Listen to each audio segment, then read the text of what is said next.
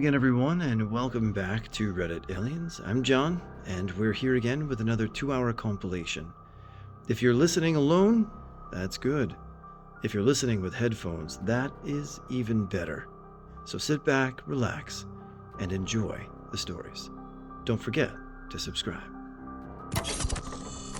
Serious. Paranormal believers of Reddit, what's your personal ghost story?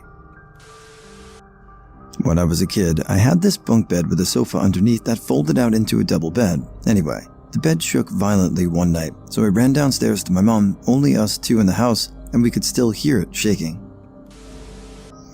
Nothing crazy, but I was over at a friend's house and we were sitting at the island of her kitchen and her sister was sitting at the table where the eat-in kitchen area was. There were two lights, one above the table and one above the island, and each had its own switch. We had the one above the island turned on and the other off. We were all just doing little crafts when suddenly the light switched, so the one above the island was now off and the one above the table was now on. None of us had moved or gotten up and no one else was home. We all just kind of looked at each other, not sure what had just happened. As we were sitting there talking about it, the lights switched back. We moved from the kitchen to the living room, LOL. I was about 8 or 9. I was in bed, as was the rest of my family. This is a key detail to remember. I was finding it difficult to sleep that night. Couldn't tell you why, but it was enough to have me ceiling staring. After a while of staring and thinking of sleep fondly, but finding it being elusive to me, I just felt icky, just sick to my stomach. So I got under my covers to warm myself up and maybe, hopefully, fall asleep. I was under my covers, head and all, for about 15 minutes. That's when I began to hear footsteps coming up the stairs to my room, just slow and quiet taps, tip, tap. Being 9, this had me absolutely shitting myself, so I figuratively airlocked myself into the blanket, hiding myself in it, covering any openings and hiding myself in darkness. The footsteps kept coming and coming until reaching the top of the stairs and suddenly going silent. Seconds later, I heard a whistle and the return of the footsteps, this time finding this occurring in my room just beside my bed while I hid under my covers. I stayed under the covers for the entire night, with the whistling stopping only after a few seconds. This moment cemented the idea of ghosts having a possible existence in our world. Hope you enjoyed this long-ass ghost story. I was sleeping over at my friend's house when we were young, and we were completely alone at about 2 a.m., no one home but us. I went to the kitchen to grab a snack and come back to my friend sitting there. Another 15 minutes go by, me and my friend not moving, and we both stayed in the same place. Then I went to the kitchen again. All cabinets were open, cups, plates, and bowls were out, and I felt nauseous immediately. Being the scaredy cat I was, I walked out the back door and ran home. Once I worked for a neighbor. I was cleaning out an empty building of her place. I was completely alone at the time when I felt someone pull my shirt. Then I heard, "Hey, you." I turned around to see absolutely no one. Walked outside and no one was there.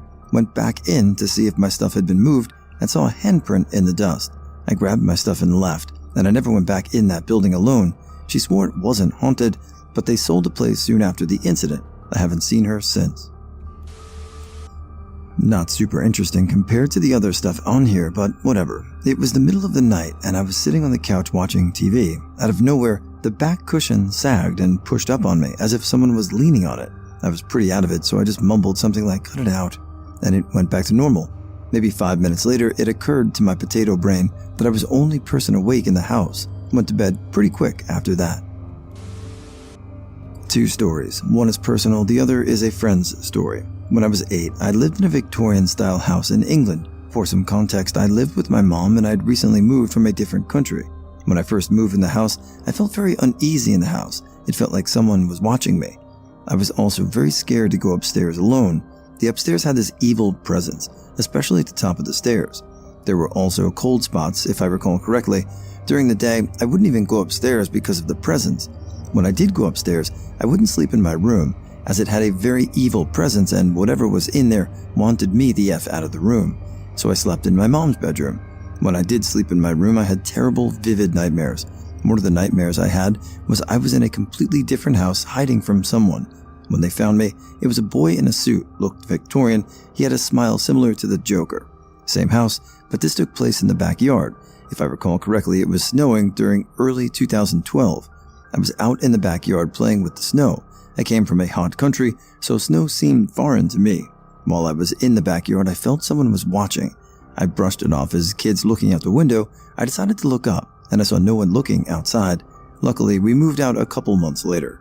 However, when I got older, I asked my mom about the experiences, and she said when her friend came over for New Year's Eve, they were in the living room talking, and all of a sudden plates started flying out of the cupboard.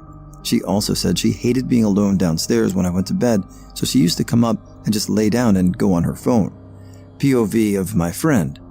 I lived in this house for 5 years. However, some of the creepiest shit happened. The first night, I heard footsteps downstairs heading upstairs. The dogs refused to go into the corral room.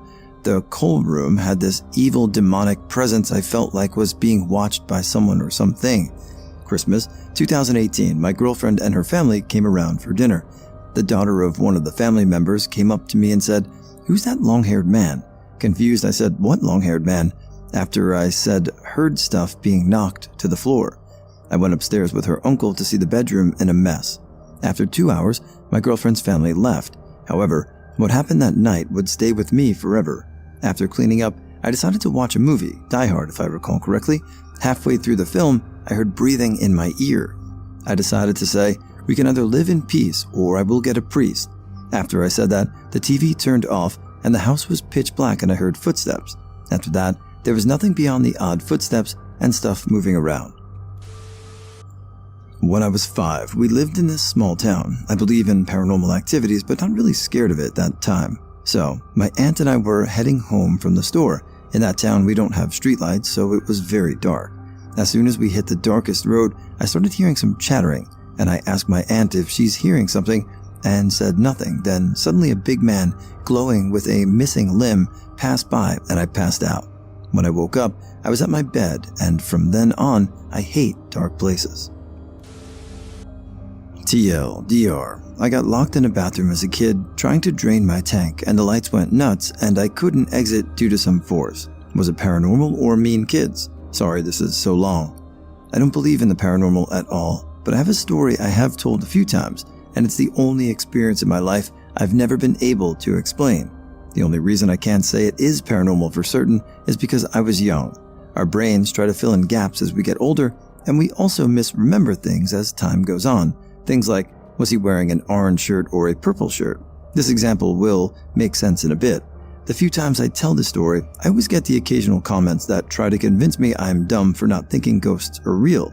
So I want to disclaim this story with, I appreciate those opinions, but it's an old experience and doesn't solidify anything for me. Story time. My dad was in the military, and at the time we had just moved to Fort Knox, a Kentucky military base. I was maybe 9 or 10 at the time, and just readjusting to another move and learning to make friends all over again. School is where I would meet my good friend Dylan. It's been forever if you're reading this, man. Dylan was a pretty athletic kid.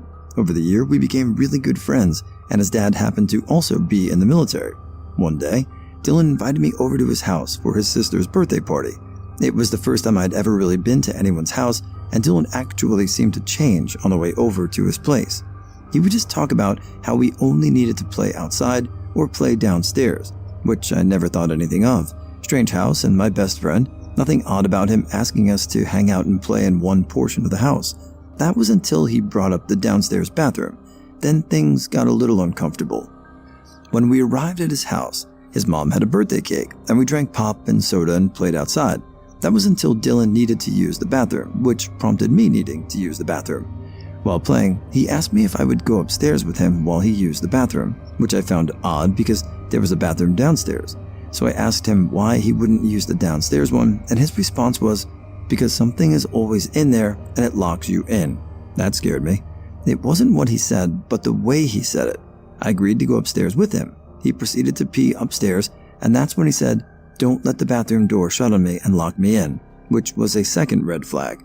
I got very uneasy, and when I asked him to watch the door while I used the bathroom, he said no. So, no, I was uncomfortable, but Dylan wasn't being a good friend. At this point, I needed to pee so badly and was ready to go home. I replied with, "If you won't help me after I helped you, then I'll just use the bathroom downstairs." This prompted him with, "Please don't. I'm sorry, I'm scared."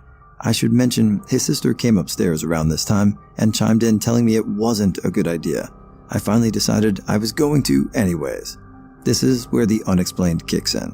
I went downstairs to use the bathroom. To preface this with a layout, the military houses were designed the same way. When you entered his front door, the kitchen was directly to your left, with an opening. In front of that opening was the bathroom door. In front of his bathroom door would be the steps to the second story of the house. The bathroom had a light switch inside to the left as you entered the bathroom. The door locked from the inside. I entered the bathroom, turned on the light, and locked the door. I was about to pee when the light went off. At first I thought, bad bulb, I'll just exit and let Dylan's mom know. That was until the light came back on, so I zipped my pants up and went to turn around when it went off again. Now I began to get uneasy. I walked to the door, and that's when the light switch went nuts. The lights were going on and off in a very 1 and 2 kind of way. It wasn't like a faulty bulb, but like someone was flipping the switch, and it was indeed being flipped. In my panic, I didn't grab the switch, I grabbed the door and unlocked it. I opened the door about halfway when it slammed shut so hard before I could exit. This time I pushed harder, and I'm yelling and crying. I got the door opened a little more, and each time it would close shut, all while the lights were going haywire. That's when Dylan's mom began pulling on the other side trying to help. She managed to pull on it and get it open, and I fell onto her, ramming against my side. I remember holding her so tight and crying, and Dylan and his sister were crying. She called my mom and explained, and I went home. I didn't see Dylan anymore after that, and our friendship drifted apart. This is the only thing in my life I have never been able to explain. I should, however, explain why I am wary of it being paranormal, because I was a kid mainly. Memories get confusing and out of place. I have a hard time remembering if the light switch was going up and down, but believe it was because that's the only way lights go on and off, unless the blow. However, it could have a bit of sitting still and been a bad bulb. That explains the lights. So what about the door and Dylan's mom? Well, Dylan didn't have any friends, and his sisters were quiet and kind of mean. So what if Dylan and his sisters were just being cruel, and Dylan's mom was embarrassed of them and just had to move them to get them to stop? Too worried to tell my mom, she just sent me home. Basically, it could have been cruel kids. So why were they crying? Maybe acting it out, or knew they were in trouble. Because I was so young, and it's been so long, and there are a few factors that could take away from it being a true paranormal experience, I just chalk it up to I will never know. But at the time, it was horrifying. I think a lot about him and his sisters and hope they are well, but I also think about how many times he kept telling me that bathroom was scary. Was he being genuine, or just trying to scare me and be a mean kid? A bit late to the party, and it's probably not very creepy, but there were 2 times where I'd be half asleep, still awake enough to know what's going on around me, and feel a light weight hopping on top of my bed. The thing would take 4 steps before hopping off the bed again. First one behind my head, then in front of my face, then down to my toes, and lastly my ankles. I never saw what it was because I was too scared to look, but I could feel the mattress sinking in every time the thing took a step. It didn't make a sound either, and it moved so smooth that I think it was something cat-like, a cat with the ability to take huge steps. We don't own any pets, and our neighbors don't have any either. My auntie has a wild story, and knowing her and how much integrity she has, I believe her. She said a long time ago when she was a little girl, my grandmother used to drink and have parties a lot. They lived in an old school trailer, and her, my Aunt Christine, and my grandmother were sleeping in the second bedroom from the end against the back wall.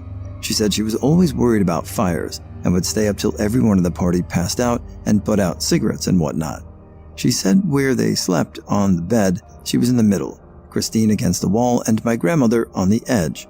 She was about to get up, and then she heard someone moving around in the back bedroom, so she pretended to sleep. This, whatever it was moving around and bumping things like it was really drunk and started walking down the hallway. She said it stopped at her doorway and watched them for a while. As it left, she got up and looked and saw a tail drag across the doorway and curl. This one time, I was sleeping on the floor looking toward the downstairs stairway, and I went to sleep with the door open. Pretty much dream of being in a party or concert and saw some people throwing a ball around, and you had to throw it back if it got to you so that someone else can hit it, and basically it went towards me. It hit me pretty hard, and it caused me to wake up. So I went to the bathroom and I looked in the mirror and had a little bit of blood on my nose. I didn't sleep that night. I have 3, actually. Number 1, I was walking up the stairs in my old school. It was after school and everyone was either downstairs or outside. I suddenly hear something whispering my name. It doesn't sound male or female. I was trying to get my book I left in a classroom. The closer I got, the louder the voice got. I turned around and ran back. I heard the sound of feet running up behind me. I hear inhuman laughter. I didn't see anything behind me. Number 2, I was camping with my mom, sisters, and some relatives. We're in a trailer on a hill overlooking the city. It's a flat place with a forest about 30 yards from the trailer. It was like 2 a.m, and for some reason, I left the trailer and went outside. I see this young girl in a white dress standing on the edge of the forest. Then she disappears off into the forest. Number 3, this still happens, by the way. So it's late at night, and I would feel someone enter my room, but I don't hear the door open. My floor is creaky, so I would hear them walk in. Then I would feel someone breathing on my face, like they're leaning over me. No, it's not an air current. I don't have a fan or air conditioner or anything going, and I can hear kind of like ragged breathing. My memory is kind of fuzzy now, so the story details won't be very accurate, but the main things are what happened. Settings details. My room is connected to the hallway. The hallway is on the 2nd floor, and you can see the whole living room from there if you're in the hallway. The chairs in the living room face toward the hallway. The stairs are next to the living room's open walls. 1 or 2 years ago, around dark evening to late night, I wanted to get something from the kitchen or dining room, so I left my room. The only place with lights right now were the above the hallway. As I hurriedly walked through it, I looked toward the living room and noticed my father was sleeping, with his head slightly tilted back and leaning to his shoulder on a chair. He was still in wrinkled office white shirt and with black pants. I saw him for a few seconds, maybe 2 or 4. Then I went downstairs and I turned the kitchen and dining room lights on.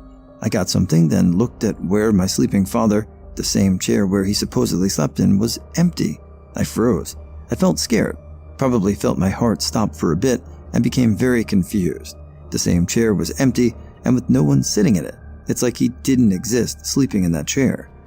I stared at the chair with no one sitting on it, and I didn't know what to make of it since my father was never in the living room, else I would have heard his heavy footsteps, which didn't happen, and I didn't see any sign of his phone screen lighting up. He always uses his phone to check emails after naps. He had never been in the living room. As I continued staring, almost out of nowhere, my father, wearing dark pajamas, came from the stairs or office room. He questioned what I was doing here and said I should sleep now. It seemed he didn't know what happened, and I'd rather not tell him anything, so I didn't respond to anything much. He was here to get some water. Afterwards, I went back upstairs with my father behind me, and we went to sleep. Later on, I concluded that it's probably my brain and eyes playing tricks on me, but I doubt it. It didn't quite make sense for me, as I still remember the colors and the now fuzzier image of his sleeping figure. It's strange, and I knew that I saw an image of his sleeping figure. I wish I had slowed down when I was in the hallway to confirm my beliefs. People with jobs that require you to go into strangers' houses. What is the weirdest thing you've encountered? I'm gonna go wholesome here. My brother was an appliance repairman. He said he never knew who was gonna answer the door. Like others have said, naked people, hungover people, the whole thing. His favorite would be when the toddlers would answer the door, Mama standing behind them. He said sometimes they would be a dragon or a mermaid or one of the Disney princesses, but the best was the ones you could tell had dressed themselves, rain boots and bathing suits and a cape and a crown. The parents were always so thankful that he just played along with the kids. Your Majesty, thank you for answering the door. Is your mother here? I do IT work on my own. I go into a lot of private homes. Hoarders are rare, but it happens. Sad are some older people who are just lonely. Their PC issues are minor, but I'm someone to chat with for a while. One of my regulars is a couple in their late 80s. The old guy always wants me to play checkers with him. If I have the time, I play a few games. He always wins and brags like he won the Super Bowl. One day, his wife called in a panic. He said Joe fell in the bathroom and can't get up. I suggest 911, but she says he's okay, just can't get up. So I go over. About 10 minutes, Joe was on the bathroom floor in his underwear, flat on his back. I got him into his wheelchair. His first words were, "Got time for a few game of checkers?" Worked a maintenance job for a landlord who owned hundreds of properties in a small city. I found a total of 3 dead bodies in the short time I worked for him. First one was the worst. Neighbors complained of smell, unable to contact the tenant, so I get sent out. I end up finding dude dead on his couch with the TV still on. The smell was bad, but it gets worse. I call the cops. They in turn call an ambulance to transport. Dead guy is a huge dude, probably 450 pounds easily. They get his body strapped to the cart and try to wheel him out, but there's no way he's fitting out the door without some maneuvering. It's me, 2 cops, and 2 EMTs trying to turn and pivot this lump of rotting carcass through the doorframe. We get him about 3/4 of the way out and something slips. Big boy just kind of pops. It was February and still kind of chilly, but the odor and the river of nasty running down the porch was too much for what I was getting paid. Ended up having to hire a special company to handle the cleanup. I used to deliver waterbeds, and there were a lot of colorful clients. I can't pick the weirdest, so I'll just talk about the worst. Waterbeds are expensive, and my boss ran the business like a used car dealership. The kind that do the buy here, pay here, so repossessions weren't uncommon. Now, nobody ever gave me a fight over it. I credit that to the fact that I looked like a scrawny kid back then, and they didn't want to take it out on me when it was my boss that was the scumbag. But one lady was more passive-aggressive. She contaminated the waterbed with a bacteria that eats plastic, or at least she claimed to. The result was that my boss bought me new clothes because she called him to tell him that while I was driving back with it. I work as a mobile computer repair/IT service guy. Went into a house to work on a laptop, and they happened to be my next door neighbors. House had an animal smell. People with pets usually do not notice, but this was different. As I sat down to work on the laptop, I heard a loud screech, and a pygmy marmoset jumped from a cabinet onto my head, pulling my hair violently. I then watched as an albino skunk, 3 house cats, 2 small dogs, and various large birds, a myna, African gray, and what I think was some kind of guinea fowl, all appeared from various rooms and furnishings. All the animals were kind of friendly. They were not biting, but the sheer volume of animals in that tiny space was crazy. A few weeks later, the Department of Fish and Wildlife and U.S. Customs raided their house. I found out later, my neighbor smuggled rare animals and had several aquariums full of rare, poisonous snakes. I'm a pizza delivery guy, so I'm not really going into houses, but this one woman did answer the door wearing some sort of thigh-length nightgown thing and nothing else. Okay, whatever. She was covered just fine, except when she turned around and bent over to get her money twice for some reason, and her garment had holes worn out of the fabric directly over both butt cheeks, so you could clearly see her entire ass. These holes were perfectly aligned, one on each cheek, with a little strip of fabric between them. But they honestly looked worn anyway, not cute or anything. Had she been standing straight, they would have fallen below cheek level. They only lined up once she bent over, twice. I get that strange women do weird shit like this to pizza guys sometimes, but I'm not a guy. I'm a woman, probably around her age, and I've delivered to her several times before. Maybe she was expecting one of my male coworkers or something. I just want to say that I've been working as a pizza guy for almost 3 years, and I'm terrified of these stories while also wanting something like these to happen to me just so I can be able to tell the story. The best I can do is that one time, the guy didn't have enough cash, so he had to call in his card number to the restaurant. But he was in the middle of a game of Rocket League, so he asked me if I played that game, and I did, so I subbed in for him and got the game-winning save and goal as he was calling the restaurant, giving me a generous tip for my efforts. When I was walking out, the guy put his headset back on and said, "Yo, that was the pizza guy," to his friends. Felt good. Plenty of dead stuff. I'm a housing officer, and whenever someone's worried about one of their tenants, I end up going out to check it out. We aren't allowed to enter someone's house without permission, so I end up doing the letterbox sniff, trademark, to work out what's up. Once you've smelled dead a couple of times, you know what's up and just call the police to gain entry. Found plenty of dead people, couple of unforgettable ones. One had a heart attack, fell, cracked his head on the radiator, died in a huge pool of blood with his head cracked wide open, sat propped against the wall staring at the door. The worst was the dude who'd been dead a while and half liquefied into the flooring. Our cleaning guys took up the carpet after the services had sponged the guy's remains off, and there was the shape of a man stained into the concrete underneath. Great time explaining why there was a shadow of a man stained into the concrete to the next tenants. Other than dead people, loads of drugs, properties being used as drug factories, 17 beds, mattresses really, in a 3-bedroom house, a sex toy stash, general filth, neglect, and extreme poverty on the almost daily. Not a job, as at the time I was recovering from drugs and going to college, so I was in a good place, going to church and all, trying to do some good. The guy across the street from my mom's house was older and always had crappy legs, and his skin was peeling and stuff. He was 78 and lived with his 98-year-old mom. Sweet lady.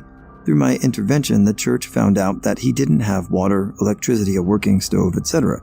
Not the whole story. Church convinced him that we could come in and clean out his place to give mom a better place to live. She was 98, man. Walk into the house, and it is full of stuff. Old newspapers, trash, just stuff. Piled so high, there were just paths through the house. This was an old house that had a kitchen, living room, 1 bathroom, and a small bedroom and closet in the back. The stove was so covered with empty and full cans of food that there was a slot for the handle of the pan to travel down as he steamed TV dinners and stuff for his mom to eat. The sink had no water, no washing dishes, piles and piles of newspapers all over the place. Like I said, pathways through the house. Mom had a cot in the back that looked like a third world shit. Now to the bathroom. I didn't get to see this, which will become clear later. Small, with no water, and the toilet didn't work. Lots of garbage everywhere, but no one really knew there was no water because we didn't turn on or flush. Trash piled outside, as well as on the porch, booze bottles, I mean a mountain of them. We throw all those in the dumpsters. We had the waste disposal company donate 2 roll-offs to throw trash in. As we dug into the pile of outside trash, we found stacks and stacks of 5-gallon buckets, kind of like the Home Depot buckets with lids and stuff, but they were all white. Me, young, like, what the hell is this? No one else is around, and I'm just throwing stuff in the dumpster anyway. I popped the lid off of one of those buckets, and am hit with the most god-awful shit smell. I mean, it burned so bad my eyes watered, almost puked. Turns out, the guy's toilet had stopped, so he would go get free 5-gallon mayonnaise buckets and put them next to the toilet, and they would rest one cheek on the toilet and piss and shit into the bucket, seal it up, and stick full 5-gallon buckets on the porch and just start another. There were like 150 full buckets of anaerobic bacterial shit soup. Some were like 5 years old. One of the last things we did was call the sewage company, and they opened up a manhole cover and let us just dump those down the sewer. Man, that was the worst smell ever. Had to throw away my clothes after that. About 6 months after that, his mother died, but at least we gave her a clean house to die in. About 6 months after that, he passed away. Turns out this guy was a World War II pilot and won some pretty impressive awards for heroism and valor. Sad that he fell so far due to alcoholism and despair. I left the church for unrelated reasons after that, but it was one of the things I did to pay for my sins. I used to have an HVAC maintenance job where we would service every unit in large downtown condo buildings, so I've been in tens of thousands of homes in a major US city. Hoarders barely even make the list. Here's some highlights. A person's bathroom who was coated on every surface with talcum baby powder so thick it made the floor slippery.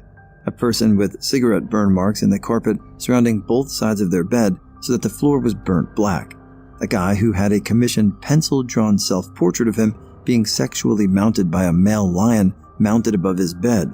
A person who lived in a studio and the sheets on the bed where he slept and the couch cushion and floor where he sat to watch TV were coated with dirty and some black oily substance and thousands of toenail clippings. So many more. People are weird and gross. Here's a nice one.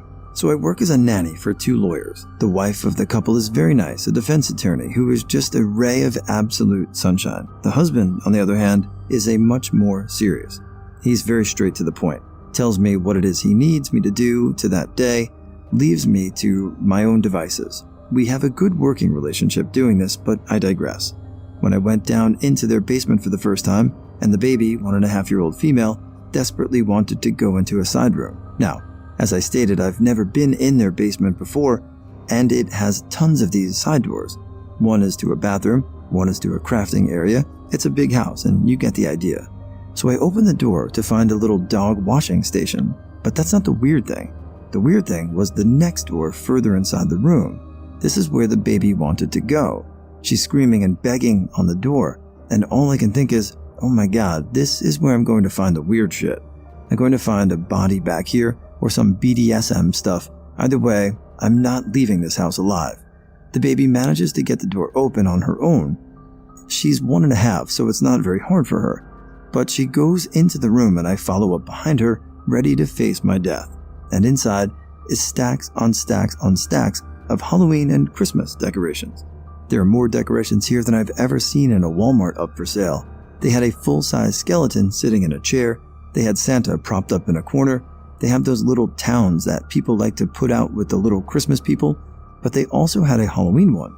It turns out the baby's bike was there. That was what she wanted, but it was actually really cool to see all of the decorations they had. When I talked about it with the wife, she let me know that I get to see all of it in action very soon when Halloween came. I definitely was not disappointed. When I was 20, I worked for a small IT company in a smaller city. Along with business, we got quite a few house calls. Well, apparently there was one particular lonely housewife who was notorious for being real flirty and touchy with the technicians. Being the new guy, of course, they send me. I get to the house and ring the doorbell. She answers the door in a towel and little slippers. In her haste to answer the door, she dropped one of the slippers. So instead of just using her foot to pick it up, she turns around, bends over, and picks it up with literally nothing else on underneath. She then proceeds to look back and say, "It's okay, honey, you can look," and gets up, slowly laughing. The reason for my visit? Show her how to make a DVD from a home video she had. The entire visit was full of her grabbing my hips, legs, rubbing me with her feet, etc. I get back to the office and was quiet when I walked in, and the entire office was like, "So, how was it?" We all had a good laugh about it, but I'm still in awe of how forward she was.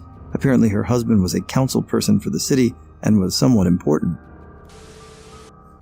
I'm a carpenter, and one day I was laying hardwood floor at this home. Mind you, I'm the only one there at the time. Suddenly I hear someone call out, "Hey baby." This took me completely off guard, but remember it was only me there, so I continued to work. About 5 minutes later, "Hey baby." This time I'm a little freaked out, so I go in to investigate. Open up every room in the house and nothing, until I get to the last door in the hall. I hear the voice yet again call out, "Hey baby." This time I know for sure the voice came from behind the door. I hesitate to open the door. This is a customer's home after all, but decided to investigate anyway. I open the door and there I see a parrot. I work in restoration. People's homes flood, I unflood them. The cheap landlord of this low-income housing place hired some cheap demo team, ripped the house apart, and it was found that midway through the place was super high asbestos containing. Place, when abandoned for a few weeks, fully inactive job site. I get sent to assess the site to complete the job under proper procedure. The tenants left everything behind, and as a result, I learned a lot about these people. Couple of highlights here. A long note on the fridge, clearly written for their young child, detailing what fun is. It read, "Fun is chores. Fun is doing your homework. Fun is staying inside quietly. Fun is reading a book. Fun is going to bed early. Fun is not going to friends' houses. Fun is not playing with your toys. Fun is not bringing friends over. Fun is not watching TV. Fun is reading the Bible." In this little girl's room were Bible scriptures written on the wall in crayon, and her room was sad. Old clothes they left, all her toys behind. The kitchen was covered in filth and mess. The whole home smelled rotten. Keep in mind, nothing had actually happened here to cause any bad smells to happen. It was there already. At any rate, all the biblical stuff and clearly oppressive rules on this little girl freaked me out. Never saw the tenants themselves though. Kind of worry about that kid sometimes. TLDR. Creepy house of biblical horrors. I'm a residential service electrician, and I've seen so much stuff. So one I'm particularly not fond of is the house that we have to work at occasionally where they butcher their own meat. Now, I have friends that hunt, and I've seen plenty of deer strung up in garages with a bucket of some sort to catch what's left of the blood after field stripping it. These people kill and butcher in their house. They don't clean anything, so it's just dried and coagulated blood everywhere. Changing a light switch in the laundry room, and a box started moving. Inside was a chicken, and it was not happy. I was told that it couldn't get out. Well, it did get out, and it was pissed. They had to chase it down. There have been GFCIs that no longer functioned because of the blood that dropped down into it in the kitchen. Supposedly, They're on the schedule again in the coming weeks, and I'm not looking forward to it. One that I was fond of was the former NHL player with a mound of old gear in his attic. It was super cool seeing some of his gear and talking hockey with a pro. Walked out with one of his old sticks and an invitation to skate with the team that he still stays in contact with. I used to deliver Korean food in college. One time I was taking an order to this guy's house and the door was slightly ajar. When I knocked on the door frame, he yelled out, "Hey, I'm in the back with my hands full. Can you come in and put it on the table for me? Money's on the counter." When I walked in, the dude was squatting down in the middle of his living room, butt-ass naked over a pie tin. I was in shock, and before I could yell out, "What the the dude started pushing out a big-ass turd. I stood in the doorway wanting to throw up, punch the guy in the back of the head or leave, but I remembered my boss would be mad that I didn't come back with the money. I swallowed my pride and ran into the apartment, passed the guy into the kitchen, dropped off the food, scooped up the cash, counted it, and ran out. The guy kept shitting the entire time. When I got back to my car, I realized he didn't tip me. I was mad as hell because he was shitting into that pie tin, and he lived technically outside the delivery radius. After that, I never went into anyone's house again. I was with EMS straight out of high school, and occasionally you'll have to fix a sandwich for someone that's diabetic to make sure their level actually level out and that you won't have to come back another time to give them another sugar packet. Not really a sugar packet, but essentially liquefied sugar in a plastic tube. This one woman asked us to put some food in the floor. A little confused, we did and began asking about animals. Nope, just wanted to make sure the rats had something to nibble on. Kind of felt sad that she was that lonely, but good that she wanted to be kind to all. Either way, was a trip. Also, one time we had to prepare a sandwich for a diabetic woman, and she asked for peanut butter on her sandwich and then to put some pickle slices on it. She ate it like it was the best thing since sliced bread. I'm a handyman and go in people's houses every day, but the worst story I heard from my aunt, who was a cop in Charleston, South Carolina. She said she got a call to an apartment complex where they complained of something red coming down the walls. When they walked into the building, she said it smelled so bad that she wanted to puke, but they pushed through and went to the apartment above the complainants. When they entered the apartment, the smell got much worse, and in the bedroom lied a man who had died weeks ago. His body had decomposed to the point where his skeleton was visible, and the juices had completely soaked the bed and carpet and was going through the complainant's apartment. What is the creepiest thing that happened in the dead of night? One summer night, I was cycling home. I decided to take a shortcut through a forested area. It was pitch black in there and completely silent. My lights weren't working. I was just navigating based on me knowing the area well enough. I'm cycling along the bend in the road when suddenly I hear an animal scream really close by. Spooked and reacting completely out of instinct, I blurt out the most primeval, monkey-sounding yell that ever pierced the dead of night. And that's how I got my first-hand confirmation that we are indeed descended from apes. Was buying ice cream for my family because we had guests. After I bought it and was on my way home, a car started to drive right as I went past and kept following me. I even ran, but the car just drove faster. As I met a dead end, for the car, not me, he stopped right at the edge of the road, turned the lights off and the engine off, and I don't know what he was doing, so I just kept on walking home. I didn't go out at night alone for at least a couple of months. So, my cat was friends with some deer, her deer friends, if you will. This is important. My ex worked nights, and we lived on the outskirts of a suburb 40 minutes from the city. This town was somewhat rural, and the last stop before entering the whole four-wheel drive vehicle, no gas for XXX miles zone. There I was, home alone in the middle of the night. I'd been up late and had kind of been hearing some rustling outside, but dismissed it. We were renting the lower level of the house, and upstairs was home, so I felt safe. Eventually, I went to bed, and damn if I didn't hear pounding on the glass French doors that were the entrance to our floor. Scared the shit out of me. X and I liked weapons, so I gathered all the swords, knives, and axes in the house and stuffed them in my bedroom before calling X to leave a message to be careful coming home. I checked every door, turned on every light, locked myself in my room, barricaded the door, and waited for morning. X comes home. He wants to know why the barricade is set up. He checks the entire property and alerts the upstairs neighbor.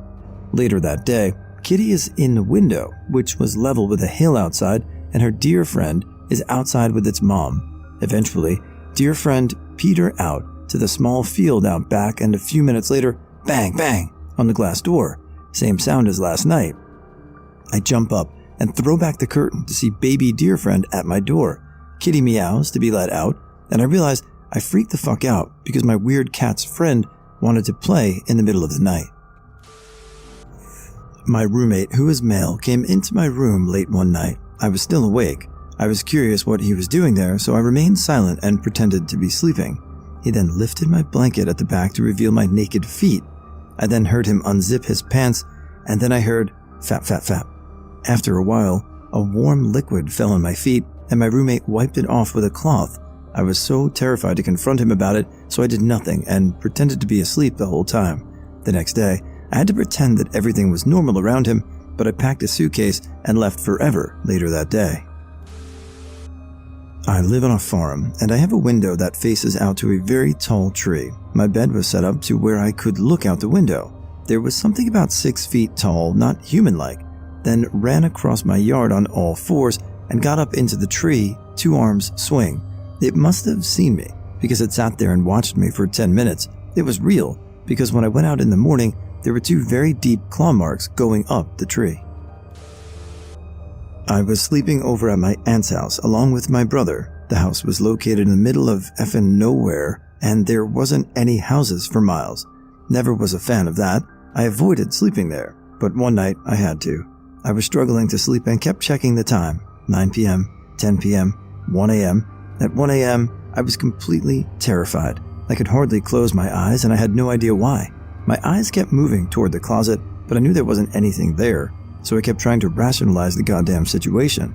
At some point, I don't know what time it was at this point, I heard scratches. I jumped at the sound, but refused to move an inch. I silently, wide-eyed, waited for something to happen.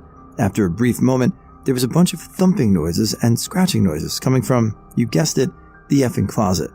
When I tell you I ran so fast that I nearly fell down the stairs, I'm not kidding.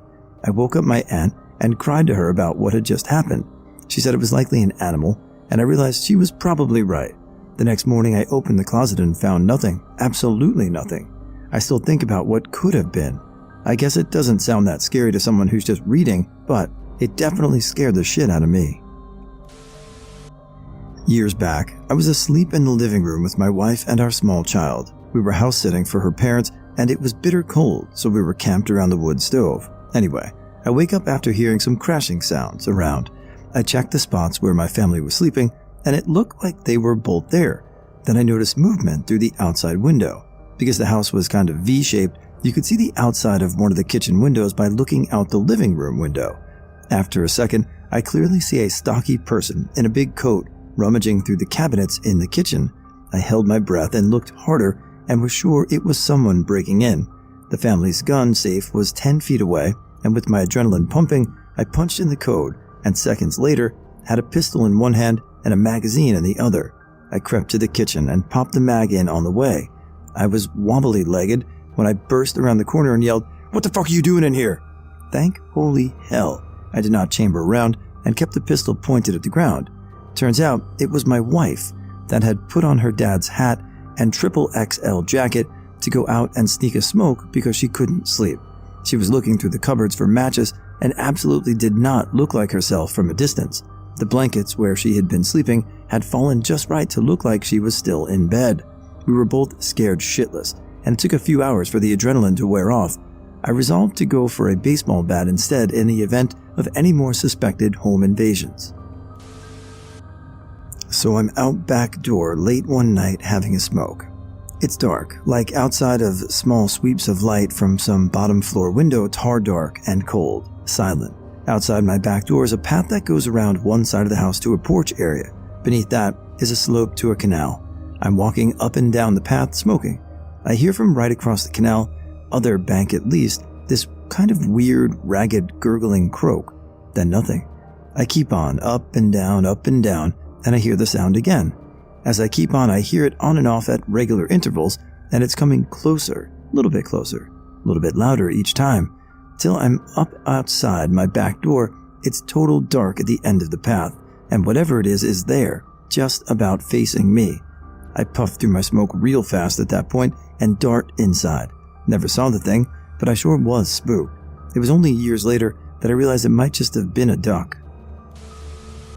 When I was around 10, I had 2 friends sleep over, and I went to the basement to raid the popsicle stash. Went into the cold room and opened the freezer. I think I raised it a couple of times before I heard it. I heard this very soft, slow, and low deliberate ha ha ha ha ha ha. I nope out of there as fast as I could. I then somehow convinced my 2 friends I was not making it up. We all crept down the stairs to the cold room and huddled quietly. Sure enough, ha ha ha ha ha. Someone was laughing at us in a completely dark room. The 3 of us booked it upstairs and raced into my mom's room. She took one look at our white and freaked out faces that she knew we were serious. As a good mom does, she goes downstairs to investigate. She comes up with my little sister's stupid doll. They had cleaned up and put all of her old toys in a trash bag, and this doll had her button pressed, but it was running low on batteries, so the sound was low and quiet. TLDR. I heard a noise in my backyard, and the next morning someone was found dead a few trailers down from mine. Okay, finally, I may not sound crazy. We lived in a trailer park a year or so back.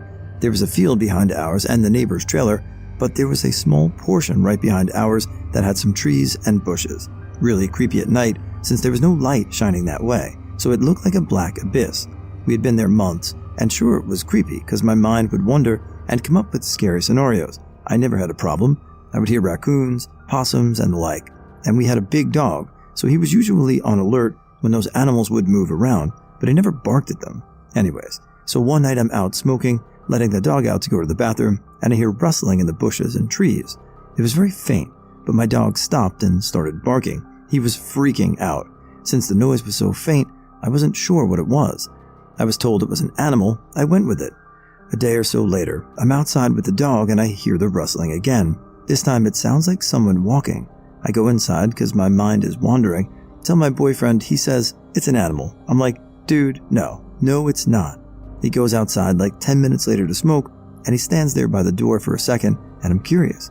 I go out and I'm like, did you hear the rustling? He said yes. And when I asked him if it sounded like an animal, he said, no, but we have a gun. I'm like, okay. We went inside, locked the door, more so to make myself feel better. Well, the next morning I wake up to 5 cop cars in the drive and road that ran in front of my trailer. My first thought was someone got killed, and I heard the killer in my backyard. They were in and out of a trailer a couple of trailers over. I was nosy this morning because I was beyond curious. I was also video chatting with my mother during this time. The whole time, I waited for a body to be brought out, but never saw one. After that, I just tried to understand why there were 5 cop cars all at one trailer. At the time, I didn't know what was going on, and days went by and I didn't find anything out until like 6 months later, when one of my other neighbors was outside and brought up what had happened. Someone did die. They found her in her bed, but it was caused by natural causes. Never did find out anything else. Have no idea if both things were connected, but it was pretty creepy. I was laying in bed, naked from the waist down, home alone as my then girlfriend and her son were staying and watching her grandma. I heard the apartment door start to open, and I thought to myself, I just talked to my girlfriend, she isn't coming home tonight. Then I heard a bang as the door opened and hit the wall. I jumped up thinking, WTF, still not wearing pants or boxers. I run into the living room with my junk hanging low, giggity, and I saw a guy standing there with a grocery bag full of beers. I yelled, who the F are you? He looked just as scared as me. Long story short, the apartments I was staying at were quick-set locks, and the guy was wasted and used his key to unlock my door. Thinking it was his apartment, never trust quick-set locks. They only have around 300 lock combinations. The odds were definitely in this guy's favor. I was bigger and stronger than him, and he's lucky I didn't have a gun. Honestly, I'm lucky he didn't have a gun, and thought I was in his apartment. The apartment complex was like 74 family flats. Every building looked the same. Just my luck, he lived in the building over, in the same apartment number, just a different building, and his key was the exact copy of the key to unlock my lock. That, or the time my house was broken into when I was home alone at 12 years old, and the dude cut the alarm and phone cords outside. PTSD is a real thing. And no, I didn't live in a bad neighborhood, just random shit that happens. Someone fell from the roof onto the floor of our apartment building at like 1 a.m. It has like 3 floors, so 4 houses. He was totally drunk, and he probably broke a few ribs. Scariest thing to ever happen, and creepy, because when the police were doing their investigation, they realized that there's no way he could have fallen from inside the building. On that particular day, only 2 houses were occupied, mine and the house he fell into, the ground floor. So, biggest mystery is how he could have entered our apartment building, considering that he wasn't even a resident and he didn't know anyone there, and it was absolutely impossible to get to the roof without entering the building itself. I had my very first panic attack later that night because his screams of pain literally tormented me. It was like a movie. I went jogging in the woods on a winter's evening. I paused for a moment and heard a rustling in the bushes nearby, so I kept going. Then I noticed that the rustling followed me, and I stopped to see what it was. It stopped too, but I couldn't see anything. When I kept going again, the rustling followed me again, so I ran as fast as I could out of the woods. I don't know what it was. Hang on to your butts. My partner and I were doing a sober November. We don't drink, so we were off the green for around 17 days, when one night, super late, while we were sleeping beside me, I decided to sneak a small bowl. Literal scraps were all I had to smoke, took the hit, and started watching TV, thinking I was going to get just high enough to giggle a bit before I passed out. But unfortunately, instead of enjoying the high, I began to spiral into an anxiousness I'll never forget, which all started from the shame of breaking the rules and the guilt of doing this while my partner slept. I started falling into everything I had done wrong in my life up to that point, and every reason my then new partner would leave me. I began having a full-blown panic attack. I started feeling weird, my breathing became difficult, and my heart started beating the hardest it's ever done. All of this happening alongside endless feelings of fear and worthlessness. Right as it felt like my heart would beat out of my chest and explode, my partner jumps awake and hits me extremely hard on the chest. I screamed and jumped up. The timing of my heart and his hit sent me into a frenzy, and he had no idea what was going on with me. I began to cry and asked him why he hit me. And I'm telling you guys, this experience makes me believe in dark forces, especially ones that feed off of our fear and anxiety, and is also the reason why I actually don't let fears control me as much anymore. Because as he awoke that night and let out his swing to save me, he told me he saw something or someone on top of me. He wasn't hitting me, he was hitting the big black mass latched onto me, latched right onto my chest where I was feeling all of this pressure. He did this in his half slumber and believed he was helping me when he flailed his arm on top of me. Now I know this will be up for debate to many, but I'm telling you, I'm convinced something saw all the energy I was unleashing that night and figured they would have a feed. Neighbors moved a few weeks prior and left old keys on top of the mailbox outside my apartment door. I was in a chat on Grand Theft Auto Online with like 10 people at 1 a.m., alone, and at the time, but my brother was in his room sleeping. All of a sudden, my front door handle shakes. I'm like, WTF, hold on guys. It shakes again. I look out the peephole, and there's someone bent over with something in his hand. I freaked the F out. I grabbed the knife from the kitchen, and he was still trying when I came back. I punched the fuck out of the door and screamed, shit, and ran. Called the cops, opened the door, and the keys were on the ground. The cops got there, and I rode with them to ID the guy they stopped. Meth head looking dude wearing the clothes I described. They made him take a breathalyzer, and he wasn't drunk. Said his friend gave him the keys. I know from being locked out of my apartment that if you use your neighbor's keys and rake the lock a few times, you can get into all 4 of the apartments in the hallway. I can't imagine what would have happened if I hadn't decided to stay up late with a bunch of random people I met on a game. I used to work at KFC when I was 16 and would close on the weekends. I didn't have a car, so I would walk home since I lived about 5 minutes away in a semi-small town, 18,000 people, after work. One night, my boss let me take a bucket of chicken home, so as I'm walking home, I'm waiting at a crosswalk, and an older guy, maybe 30s, walks up next to me and asks how I got a bucket of chicken at 11:30 at night. I explained I just got off work, and he asks me for a piece, and I had like 10 pieces, so I gave him a piece and continued walking. After about 2 more blocks, when I notice he is still following behind me, when we get to a dark intersection, I notice he starts to get closer to me and then says, "You got a pretty mouth for a boy." I took off and have never run so fast in my life. I don't know what he was planning on doing next, but I wasn't about to find out. After that night, I started getting rides home from coworkers or friends. Okay, I am super late in this post, but have I got a story. So I work in a fast food restaurant as a closer. We usually close around 10 or 11 o'clock at night. Well, it was a super busy day, and I still had a ton of stuff to do, so I was there until about 11:30. Side note, as a closer, I'm usually there with one other person, but that night, they had finished everything early, so I told them they could leave a little earlier and I would take care of the rest. So I'm finishing up my chores, counting the last of my money, doing my thing, when the headset started beeping.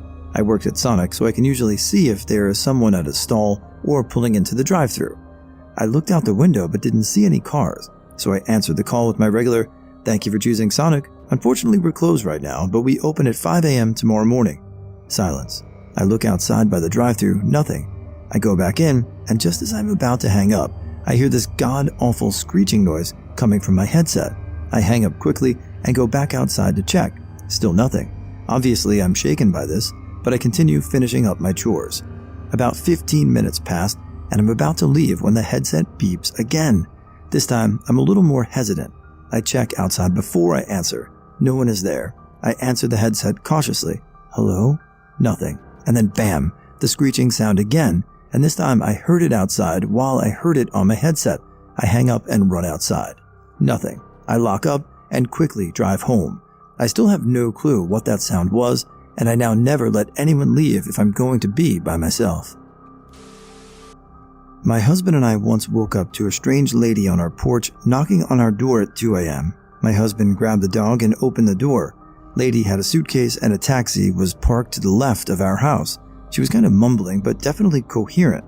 Now we have lived there for at least a year at this point, and the lady kept asking us, I was standing off in the hall behind the door and could see and hear her, to let her in. These people always let her in. My husband kept telling her no, and I have the memory of her asking to go potty. Grown women asking to let her in to go potty was definitely creepy. So she keeps standing on our porch for what seemed to be forever. Taxi driver is now out of the car, leaning against it. Finally, our very old, frail next-door neighbor comes out and says it's her daughter. She kind of apologizes, is obviously embarrassed, and escorts her over to her house. And we went back to bed, but it was probably the strangest thing that has woken me up.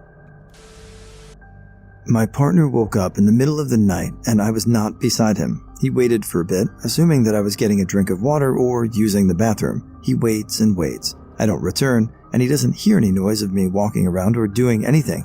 He gets out of bed to check on me like a good person would.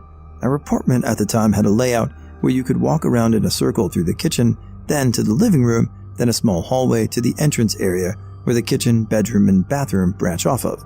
So, he checks the washroom, I'm not in there. He then checks the kitchen, I'm not in there either. He walks around the wall, I'm not in the living room. He starts to get worried now. He goes back to check the bedroom, just in case I snuck back in without him seeing, and the bed is still empty. He turns around, and I'm standing in front of him, bare naked, eyes open, staring at him, expressionless. Naturally, this scares the ever-living fuck out of him, and I have no reaction. He asks me if I'm okay. I don't respond. He walks me back to the bed, and I lie down and go back to sleep instantly. I have no recollection of it happening. Prior to it, and ever since, I haven't had any occurrences of sleepwalking. He still doesn't understand how he didn't hear me walking or where I came from. I like to tell him I was probably walking on the ceiling exorcist style just to ensure he has sweet dreams. Solo travelers, what is your creepiest travel story? Was riding a bicycle from Bangkok to Hanoi solo. Met hostile behavior in rural Cambodia, no judgment, they've been through it. But Vietnam was so friendly, I completely let my guard down. By the time I made its way mid-Vietnam, I'd been invited back to people's homes several times and was in love with the country. I didn't realize that Hue is known for scams. The DMZ has been through it too, obviously. A dude on a motorbike intercepted me on my way into town and showed me a hotel, took me out to eat, spent 3 days as my friend and tour guide. This is somewhat normal. English teachers want to practice with a native speaker. It's very tough for even fluent Vietnamese people to compete with native speakers for teaching jobs. On the day he knew to be my last in town, he rolled up a joint and we smoked it. He dropped out after 2 hits, saying he was a lightweight. I remember thinking it was weak-ass weed, and then I remember tripping balls as he rode in circles with me on the back of his motorbike, waiting for whatever drug to kick in. I recall thinking, I was having so much fun, I'd never forget that night. This was laced weed. My tolerance was fine. I've been smoking weed since I crossed out of Thailand. Don't fuck with drugs in Thailand. He brought me to a food truck next to an ATM and kept doing magic tricks with money, to my hallucinogenic amazement. Then he needed to borrow my bills for the next trick, and that continued until I realized I was out of money. He'd been returning smaller bills after each trick. I was so messed up, I realized nothing, so I went to the ATM and pulled out more money until he'd stolen all of that, too. When I tried to count my money, he'd crane his neck to stare into my wallet to make too uncomfortable to continue. He was taking advantage of a common dynamic here. The friendly Viet people would often try to look into a Westerner's wallet. They've heard we're rich, and they're curious, and they don't seem to share our concepts of shyness. When I finally got angry, I still didn't realize I'd been robbed. I figured that out the next morning, but I was mad, and I grabbed his shoulder, and he went limp and held eye contact with me. Think submissive dog on its belly. I couldn't escalate. As soon as I let go, he disappeared. I've since realized this was his full-time job. If I recall correctly, he got like $140 off of me, easily a month's salary for him. Every step was rehearsed, from the friendship, to the tour guide, to the laced weed, to the wallet stare, to the de-escalation technique.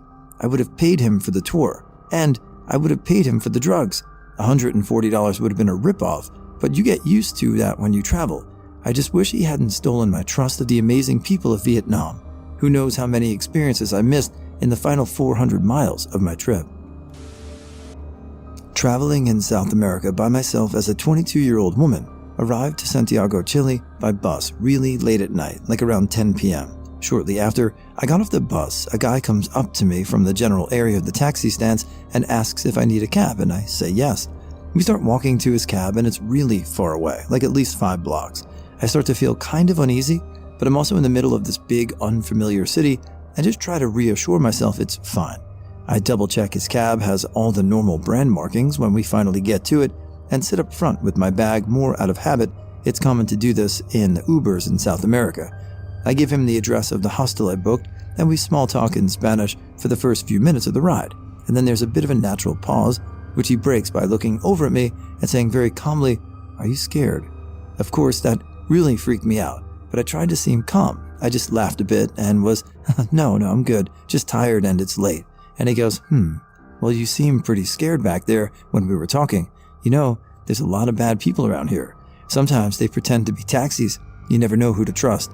I've heard of women being sold after taking a bad taxi. Are you traveling here alone? This is where we're still driving through the middle of the city. It's dark and it's late, and I'm now painfully aware literally no one knows where I am. I was going to message my family with an update when I got to the hostel. They don't know I'm in Santiago. They think I'm still on the coast. Of course, I don't say that and tell him that I'm always very careful, and actually my group of friends know I'm on my way and are waiting for me at the hostel. I see a stoplight coming up and was literally thinking that as soon as the car slowed down, I was going to make a break for it and just jump out of the car. Probably the most scared I've ever been in my life. Then, out of the corner of my eye, I see this guy reaching down for something under a seat, and my brain is just going, gun, and it's going to be a gun. Instead, he pulls out a pamphlet and then goes, but, you know, there's always one thing we can trust, right? The Lord. Do you believe in God? And then proceeded to try and convert me for the remainder of the ride. Turned out to be harmless, but in the moment that random religious cab driver scared the absolute shit out of me. 2009, my first solo trip to Italy, 8th day of a 32-day trek. Arrived into Rome via underground metro at 1 a.m. Really nobody around except for this one guy about 35 male from me down the platform. As I try to situate my pack and belongings to walk to the hostel, I noticed the guy slowly walking towards me. As he approached, I felt an awareness that he was up to no good. He nears me as I throw on my pack, comes right up to me with this crazed look in his eyes. He was probably trying to intimidate me so he could rob me. I don't know what came over me, as I'm not a violent or aggressive person, but I did the flinch lunge thing at him with my upper body. He jumps back, and I see a knife in his hand. I do it again, and he jumps back again. Had to toss a couple euro coins from my pocket on the ground to distract him so I could make a break for the surface streets.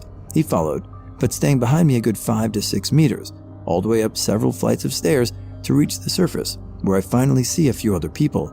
I turned to look where he was, but he had disappeared. leaving me looking skittish or foolish to the few locals who were on the street. I have no idea where he went and quick walked the 2 kilometers to my hostel. Scared the shit out of me and made me a little worried that this was my first taste of Rome. The rest of my stay in the city turned out to be fantastic.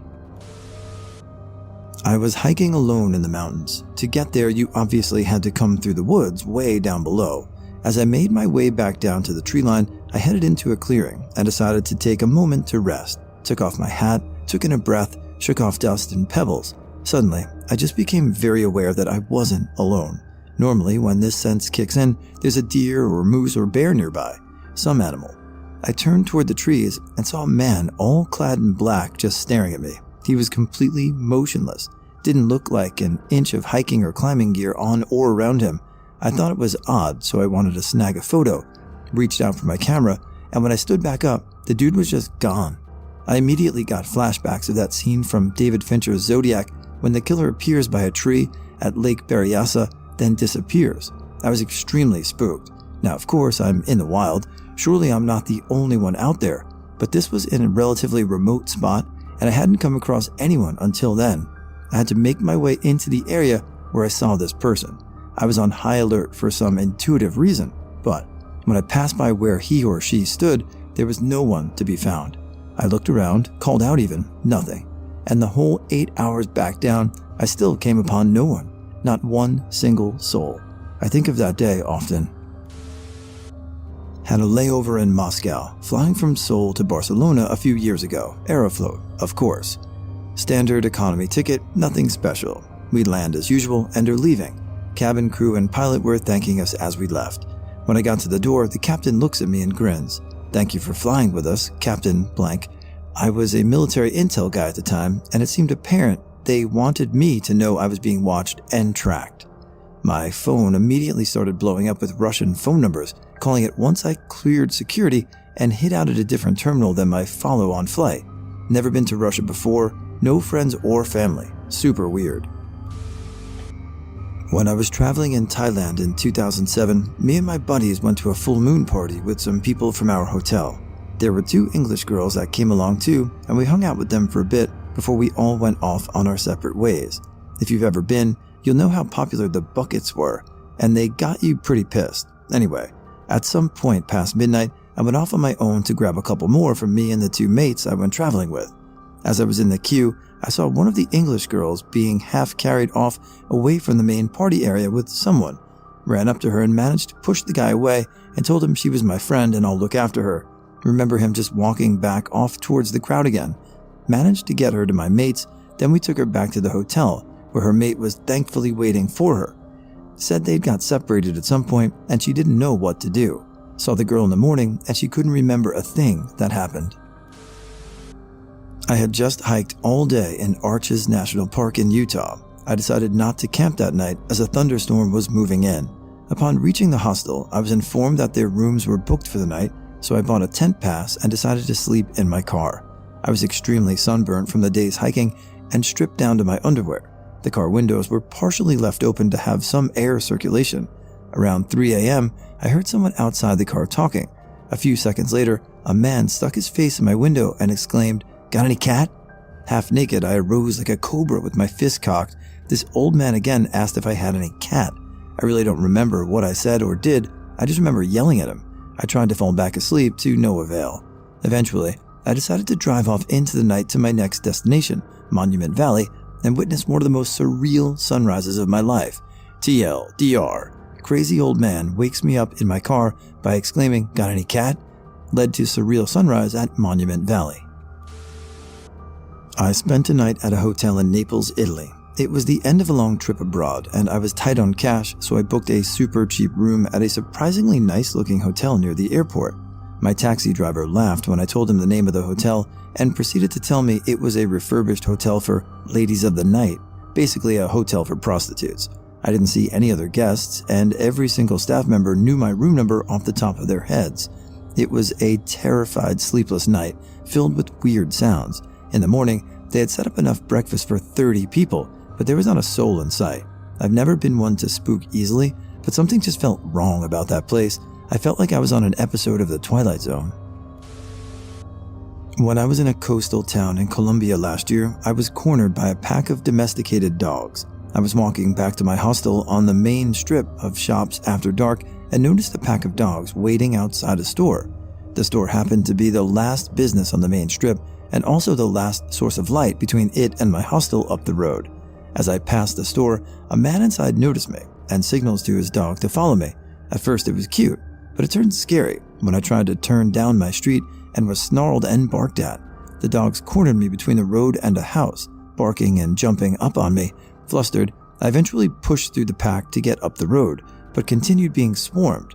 I kept swatting and yelling at the dogs until I just a couple houses down from my hostel, and the man whistled to recall his dogs. The family that ran the hostel came outside when they heard all the noise and asked me if I was all right. Turns out this wasn't a one-off thing. A local misogynist has literally trained his dogs to scare and trap women. I shudder to think what would have happened if I didn't shuffle up the street when I did, or if the family hadn't appeared in the street before the man caught up with me. So, I'm in Honolulu, drunk at a Dave & Buster's at like 1 a.m. I decided to go wander around. It's like the most touristy area in the whole world. I'm walking past this bus stop right near the beach, and these high school kids ask me if I have a paper. I was like, yeah, and they said they'd smoke me out. So I was like, fuck yeah, and we blazed up and just chatted. They had BMX bikes and let me try them out because I told them I used to ride and that was fun. I thought they were just goofy street kids, so I hung out with them for about an hour or so when we get to cardboard boxes on a dark sidewalk near the docks. Then, they tell me that's where they sleep. I was like, that fucking sucks. All of a sudden, a kid puts a gun up in my face and I got mugged. They only took my cash, gave me my wallet back, and took my flip-flops. My phone was dead, so they let me keep that too. They actually forced me to smoke fucking meth, like WTF. Then I just start walking, and they were following about a block behind me for about a mile. I end up walking into the shittiest neighborhood, and I feel like I'm about to get mugged all over again. This guy comes up to, I assume he was a pimp. He's like, "What are you doing here?" Then he says to hug this hooker so everyone watching me would think I belonged. I obliged, and he then gave me a pair of flip-flops and money for the bus like he knew what had happened to me. I go to a bus stop, and the bus isn't running in the middle of the night. Some guy comes up and tells me it's not safe to be there. We end up chatting, and I decide to hang at the beach with him until morning. We get to the beach, and I never told him what happened to me, but I got the feeling they were interconnected somehow, and he knew. Well, this big dude comes up to us on a park bench at the beach. They knew each other and went into the bathroom together. He comes out a little while later and told me he gave the dude a blowjob, and I was like, okay. I guess he was a male prostitute, and he asked if I wanted one. I was like, no thanks. Then he wanted me to do meth with him. Eventually the sun came up, and we went swimming and got coffee, and I caught a bus and got the fuck out of there. I'm not the brightest pea in the pod, and in 13 months to Hawaii, I racked up so many fucked up stories. Riding my motorbike cross-state, 2:30 a.m., no lights, no moon, just my headlamps and the thump of the engine and miles of dark, endless fields on either side. I'm almost floating on a boat of light in the darkness. Heck, if you lost concentration, it became hard to balance. It was that dark. And all of a sudden, the road in front of me is covered in slick blood, like covered, almost as if someone deliberately painted it red, blood red. I had to slow down as my tires began to lose traction a little, and stopped, looked around and found nothing, nada. No herds of deer massacred, no accident signs, no broken glass, no bodies, just the irony, bloody smell and the eerie quiet all around. I noped the heck out of there, and I believe set some kind of speed record that night. Still to this day, I have no idea what happened there. Drugged and assaulted while traveling in Croatia. Was traveling solo and had befriended another female traveler. In Split, met a guy who joined us for dinner, and at some point I blacked out. I'm not a drinker, but was drinking a single glass of wine. Pretty sure I was roofied, and I woke up at his home. To be frank, I've mostly blocked out what little I can remember. That was the beginning of a year-long trip that took me across Europe and Asia, where I slept on park benches and Turkish bus stations, and alone in huts in Thailand, and that was the only incident. Stopped drinking any alcohol, point blank for the rest of the trip though. Not necessarily creepy, but very scary all the time. Was on a pub crawl with a bunch of people from the hostel and managed to get separated from everyone as they went to the new bar.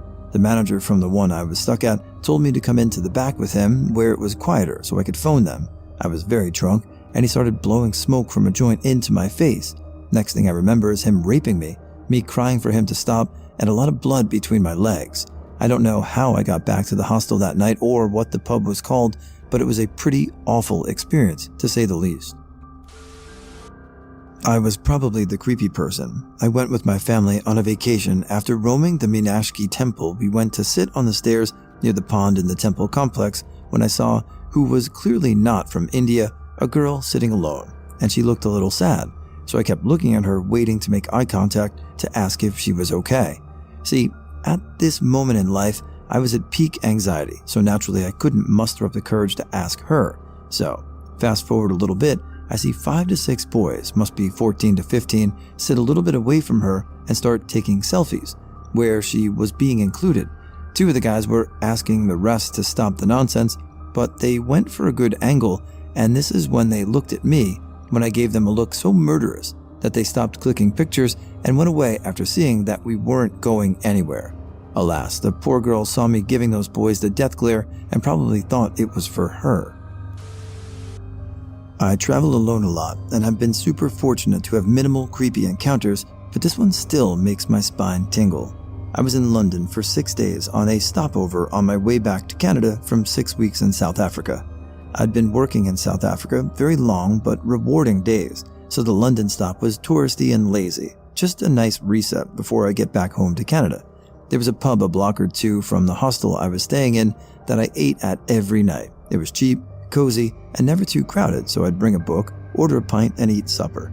I had chatted with the waitress a couple nights in a row. She was very kind, my age, and we exchanged a few stories, and she knew from chatting that I was traveling alone and staying in a hostel nearby. Well, on day 4, I followed my usual route from hostel to pub and greeted the waitress. She said hello and quickly brought over a drink menu. Not 30 seconds after I'd sat down, a man walked in and sat a few tables away. She motioned to him and mumbled, "Do you know him?" I kind of laughed and said, "Definitely not. I don't know anyone in London." She nodded and positioned herself between myself and the man and said quietly, "He got off a bench and followed you from the street over. I don't like the look of him, and I just thought I'd ask. Might be nothing, but thought I'd mention it." I thanked her and said I'm sure it's coincidence. She shrugged and took my order, and the evening proceeded as usual. The man also ordered a drink, but no food. I stayed for over 2 hours, reading, eating, and drinking. The pub was quiet. A few other people or groups came and went, but the man stayed. He drank the 1 pint and refused top-ups. The waitress kept a close eye on him and me, and stopped over to chat several times between refills, but didn't bring him up again. When I was finishing my last drink and preparing to leave, I glanced over at him and noticed he looked like on the edge of his seat, like he was preparing to leave too. I hadn't really thought much of it till then, but my stomach suddenly knotted up. It was dark, it was drizzly, and I had a short but lonesome walk back to my hostel. I suddenly felt distinctly unsafe. I summoned the waitress over to pay and asked her if she'd mind calling me a taxi as well. She nodded vigorously, and I knew she thought that was a good idea. The taxi showed up, I thanked the waitress and left. I hopped in the taxi, and I swear that old man thought I was so dumb for needing a drive for such a short distance, but whatever. I felt so much safer. I went back the next evening, as it would be my last in London, and I wanted to say goodbye and thank the waitress for her hospitality, friendship, and ultimately looking out for me. When I arrived, she ran over and said she was so glad I called a cab. I guess right after I left, the man left too, seeming really agitated. He'd not even asked for a bill, just left money on the table and stormed out. She felt very confident he'd seen me walking alone, followed me in, and was planning to approach me when I left. What would have happened then, neither her nor I really wanted to think about. I had a lovely last night at the pub, and we even shared some small glasses of wine together for a quick cheers before I left. I don't walk places alone at night anymore, even if it's just a short distance. TLDR. Creepy guy followed me into a pub and waited around for a long time, seemingly wanting to follow me out as well. Took a cab for my short walk back to hostel to avoid being alone. Stay safe out there, y'all. Keep your eyes open. What is your story that you have chills from to this day? A story I read on Ask Reddit comment section. The question was something about the most terrifying thing that's happened to someone. The commenter straight up saw a red, semi-human-like demon in their house crawling across the ceiling. They of course claimed to be freaked out and yelled. Then a minute later, the demon traveled to their mother's bedroom and they heard their mother yell also. And then they were able to confirm that they saw the same thing.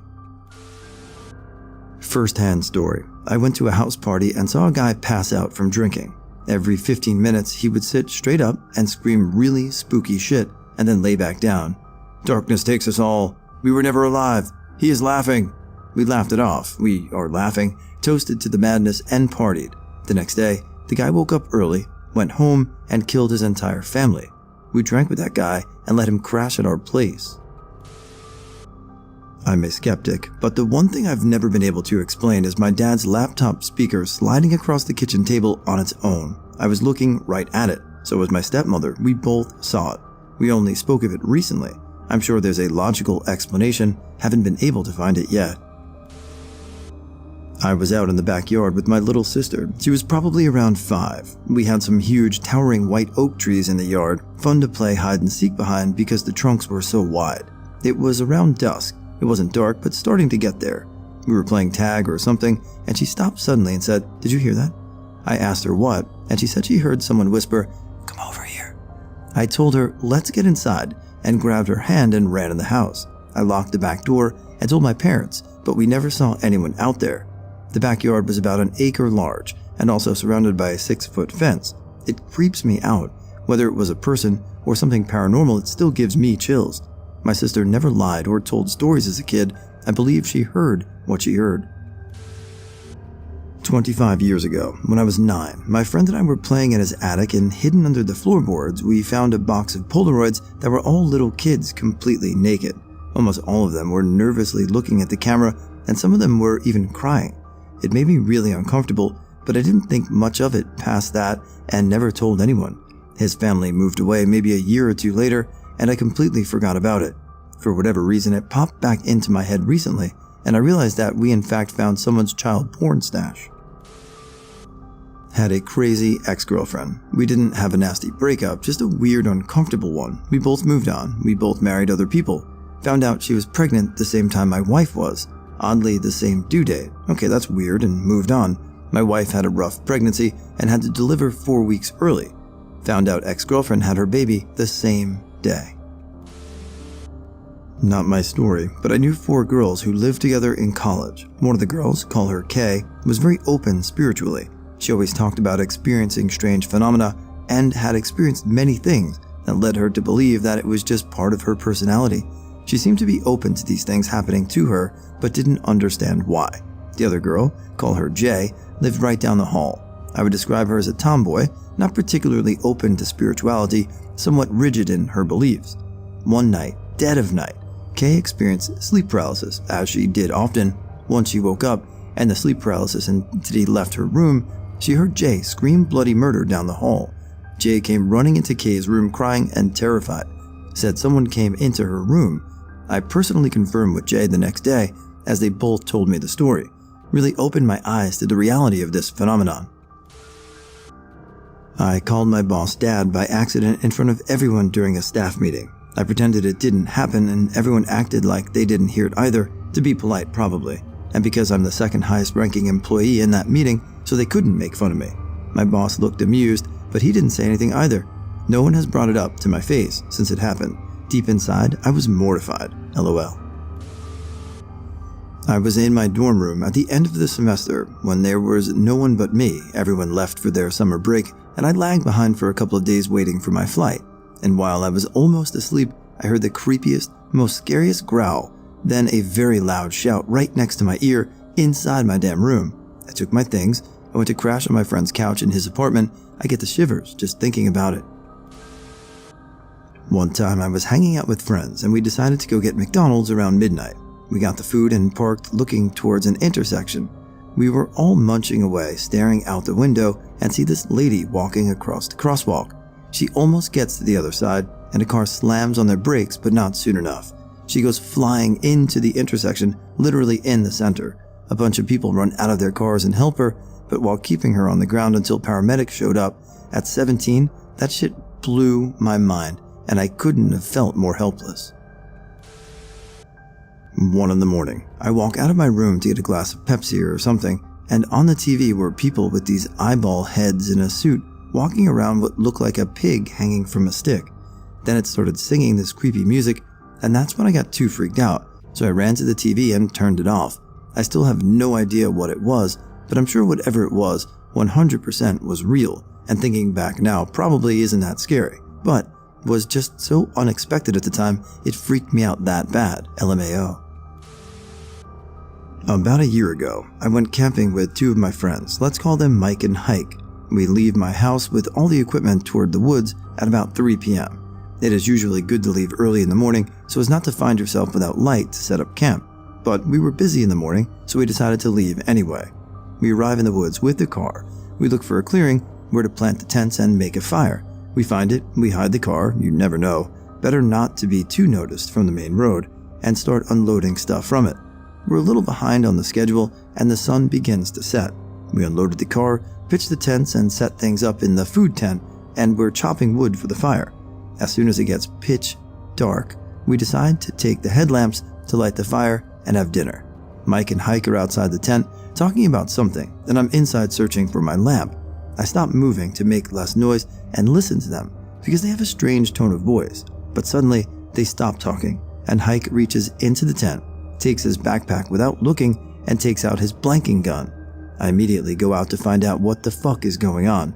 Mike and Hike are 5 feet from the tent. Mike is holding his knife, Hike is holding the gun. They're looking into the dark, and Mike says, "Are you seeing this?"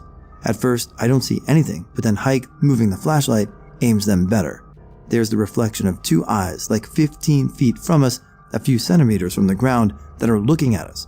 I also take out the knife and we stand still, staring at it.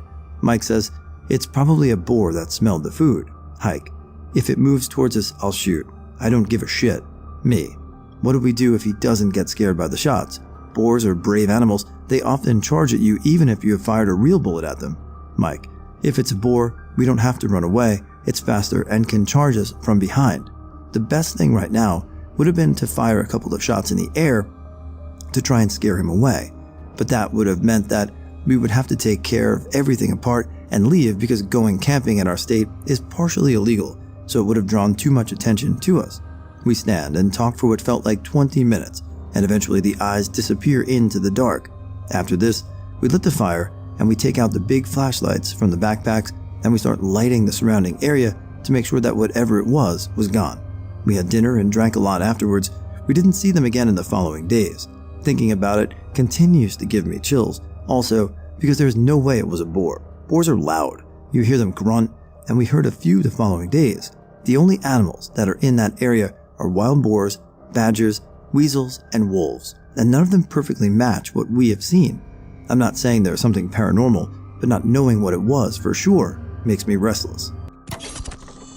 Have you ever lived in a haunted house? What happened? There was one corner of a room that always creeped one of my younger siblings as a kid. He refused to go near it and professed to see monsters there. I found out when I was older that someone had died in that area of the room. Maybe coincidence, but freaky nonetheless. My 3 sisters and I, along with 2 adult nieces, had gathered for a sleepover in our mom's house after she died. We were preparing to sell the house, and this night together was to divide up the personal belongings from both our mom and our grandma, who had lived there as well, but had passed away previously. The house was at the end of a block, across a narrow street, on the backside of a large cemetery. The layout almost constituted a dead end traffic-wise. There was no reason for anyone to drive or walk back there aside from deliveries to the few houses there. When Grandma bought the place, many asked if it frightened her to be by a cemetery. She shrugged and said, "Quiet neighbors." Well, they weren't quiet. Our whole family had so many tales of voices, bumps, knockings, and more. Even some of our male family members, plumbers by trade, who would come to work on the house, made sure they were long gone before dark. So, on this night of the sleepover, we were taking turns choosing dolls from the collection. Our 2 nieces were helping to package items and document who took what. We're an amicable family. There was no fighting over stuff. We all get along great. My niece had just documented a pretty doll and put it back into the box when we all, 5 adults, heard a child laugh in the center of the room. That stopped us in our tracks. My niece unpacked the doll she had just put away. She passed it around so we could all see that it was not a talking toy. Given the history and location of the house, none of us were pranksters. we heard a laugh. Another time, in the same house, before she passed away of course, our mom was napping in the recliner. She felt a hand on her shoulder and it woke her. She heard a startled voice cry, "Oh!" As the hand retracted.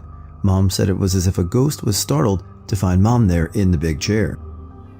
Mom had also heard steps moving very quickly across the living room floor, toward the wall on the cemetery side. Her little dog chased the steps, then stood barking at the wall. I heard knocking myself there one night. It was high on a wall near the ceiling. One knock, another, about 5 times, spaced apart in intervals. My sister, who lived there with Mom, said she had heard that one several times as well. One time, my niece Josie and her husband Jeff came to visit my mom at the house. They had ridden a motorcycle several hours to get there. So, on arrival, they curled up together in a twin bed in the guest room for a nap. A twin bed for 2 people is a tight fit, so Jeff was holding Josie as they slept. He woke up, and Josie's eyes were wide open, staring at him. A man's deep voice came from Josie, telling Jeff, "I'm not very nice." Jeff barked right back, "Well, neither am I, so get the fuck out." Josie went limp in Jeff's arms. The bedroom door flung open and slammed shut again. This is a recent one. A couple of months ago, myself and my partner moved into our first house together. There's a bit of renovation to be done, so we're always on the go, painting, etc., and still are. Anyway, I was putting up some shelving in the bedroom and called downstairs to my partner to ask if he could bring me up something to drink. No answer. I called his name. No answer. I called again. At that moment, I heard a deep, wailing cry coming from the bathroom down the hall, followed by a very clear, "Don't." I rushed to see if he had hurt himself or something, but no one was there. It turns out I was home alone. My partner had nipped out to the shop to get some sandpaper. I can't explain it, and to be honest, I try not to think about it. I wouldn't say haunted to the extent of the portrayal of haunted homes in movies, but a home we moved to many years ago always just felt off. Many times, especially nighttime, I'd hear my mom call my name. My parents' room was across the hall on the 2nd floor. I was also on the 2nd floor, and when I'd go to her, she would tell me she never called me. Once, I'm pretty sure I heard her call me downstairs when no one was down there. Thankfully, I didn't see anything creepy. I've got one myself from my mom. When she was a kid, she used to love putting puzzles together, and the house they were in had activity, so put one together and framed it the next day. The puzzle was still intact, but flipped upside down, still in the frame. I lived in a haunted trailer as a kid. I got stalked by shadow creatures. We heard knocks all around the house. We heard whispers. Objects went missing or broke randomly. The trailer would shift even if no one was on either side of it. Pages from books would turn rapidly. Some of us were touched, and the trailer almost caught fire one night had it not been for my abuela who woke up and turned off the stove. I do now, and it's fine. The mom is fine. The son is a bit creepy at times when he looks in on the family room from the basement steps. She died of old age, and he committed suicide in the garage. We did have a girl that would watch our house and dogs when we would go out of town. We had told her about this beforehand, but she did not believe us. One time, she had her fiancé and a few friends over, and they started to hear the mom pacing upstairs, and she called us freaking out. That was the last time she watched our house. She would take the dogs to her parents' house after that. One night, when I was maybe 5, I was laying in bed and thought I saw something moving in my open closet. I had a bunch of clothes and toys on the floor of it, and their clothes seemed to be moving towards me. And that's when I saw 2 eyes staring back at me. I turned over in the bed and then felt something hit me in the center of my back, and I screamed for my mom. She still claims to this day that when she ran in and lifted up my shirt, she saw that there was huge welts on my back. Of course, when we both looked back at the closet, there were no eyes staring back. Under complicated and convoluted circumstances, my family and I had the opportunity to live on an estate owned by a friend that he had bought as an investment property. Think 80s style MTV cribs, but poorly maintained with big sections that were started but left unfinished. There was a giant garage that was made to store and show cars, huge, industrial, probably held 20 cars in its day, a helipad, a tennis court with stadium-type lighting, a main house, and a really big decked-out pool house. The owner's brother lived in the pool house with his kids long before we got there, and we lived in the main house. It took 2 weeks to clean it and finish up some of the strange renovations to be livable. I thought it was weird that the brother selected the smaller home and asked him about it. He said he would never live up there, but wouldn't say why. and at first I never gave it a thought. The owner checked in frequently to make sure we were doing okay, and again, I read nothing into it, thought he was just being friendly. The downstairs had 3 big bedrooms and a living room. Upstairs, he had a master suite with a large sitting room. I let my kids pick their rooms and we moved in. My youngest son, maybe 5 or 6 at the time, couldn't sleep in his room. I thought maybe it was too far away from us, so we let him sleep in the sitting room attached to our suite while he adjusted. Then, he couldn't even go in his room, so all his toys and clothing were moved upstairs too. Then, my older son, 15 to 16, couldn't sleep in his room. He insisted that people were watching him sleep. He could be downstairs during the daytime, but at night he couldn't tolerate it. Then my daughter couldn't stay in her room either. I thought that it was because the boys wouldn't stay down there, it somehow was contagious. So within a month or 2, they were camping out in the living room. I thought they would adjust. The house had floor-to-ceiling windows, and we were in the middle of the woods, surrounded by 100 vacant acres. It was isolated and creepy. The pool house was not really visible from the main house, except at night in the winter, you couldn't see the glow from the lights. Then the door knocking started. The house had a giant floor-to-ceiling double door, with floor-to-ceiling glass panes on either side. The driveway was almost half a mile long and had motion lights. At 2 to 3 a.m., there would be a knocking at the door, loud, like it was the cops and there was an emergency. Bam, bam, bam, bam. No lights triggered, no one visible, no one there. Then there was electrical issues. Turn all the lights off and leave the room, come back and some of them are on, but the switches are still in the down position. Then there was the kitchen problem. Clean up after dinner, all the cabinets were closed. Wake up in the morning, cabinets open, drawers open. That progressed to things being on the floor, silverware, flour, salt, and once eggs. It was all annoying, but it seemed harmless for a while. Then I was constantly woken up with the feeling that someone was watching me too. We called in a paranormal group and they did their thing. Night cameras and recording equipment. They did a few experiments trying to talk to the spirits, asking them to do things like roll a ping pong ball or blow out a candle, but they did not, and I thought we were all just a little crazy, until they came back a week later to show us the film and have us listen to the recordings. The light orbs were stunning. Balls of energy that danced and zipped. One sat on my younger son's shoulder. One followed me from room to room, super strange. The video recording picked up footsteps in a vacant part of the house, but were quite unique. They sounded like someone walking with a peg leg. By the front door there was a voice. Some people who heard it said they picked up out, out, out, but I did not. Downstairs there was weeping. We moved the next week. No one has lived there since. I went back to the area maybe 18 months ago just to see how the house had deteriorated, being vacant for over 10 years now, and I just couldn't turn down the driveway. Somehow, something kept me away. The owner, who had never lived there, said he thought the previous tenants he tried to set up there were just crazy. My grandparents' farm is haunted. It's well known in the town where they lived, too. One of the many reasons why is because the first owner's mother died in the house. A few years after my grandfather purchased the house and land, he started seeing them when he'd check the animals at dusk. People in the woods looking toward the house, but when he'd go look, they'd be gone.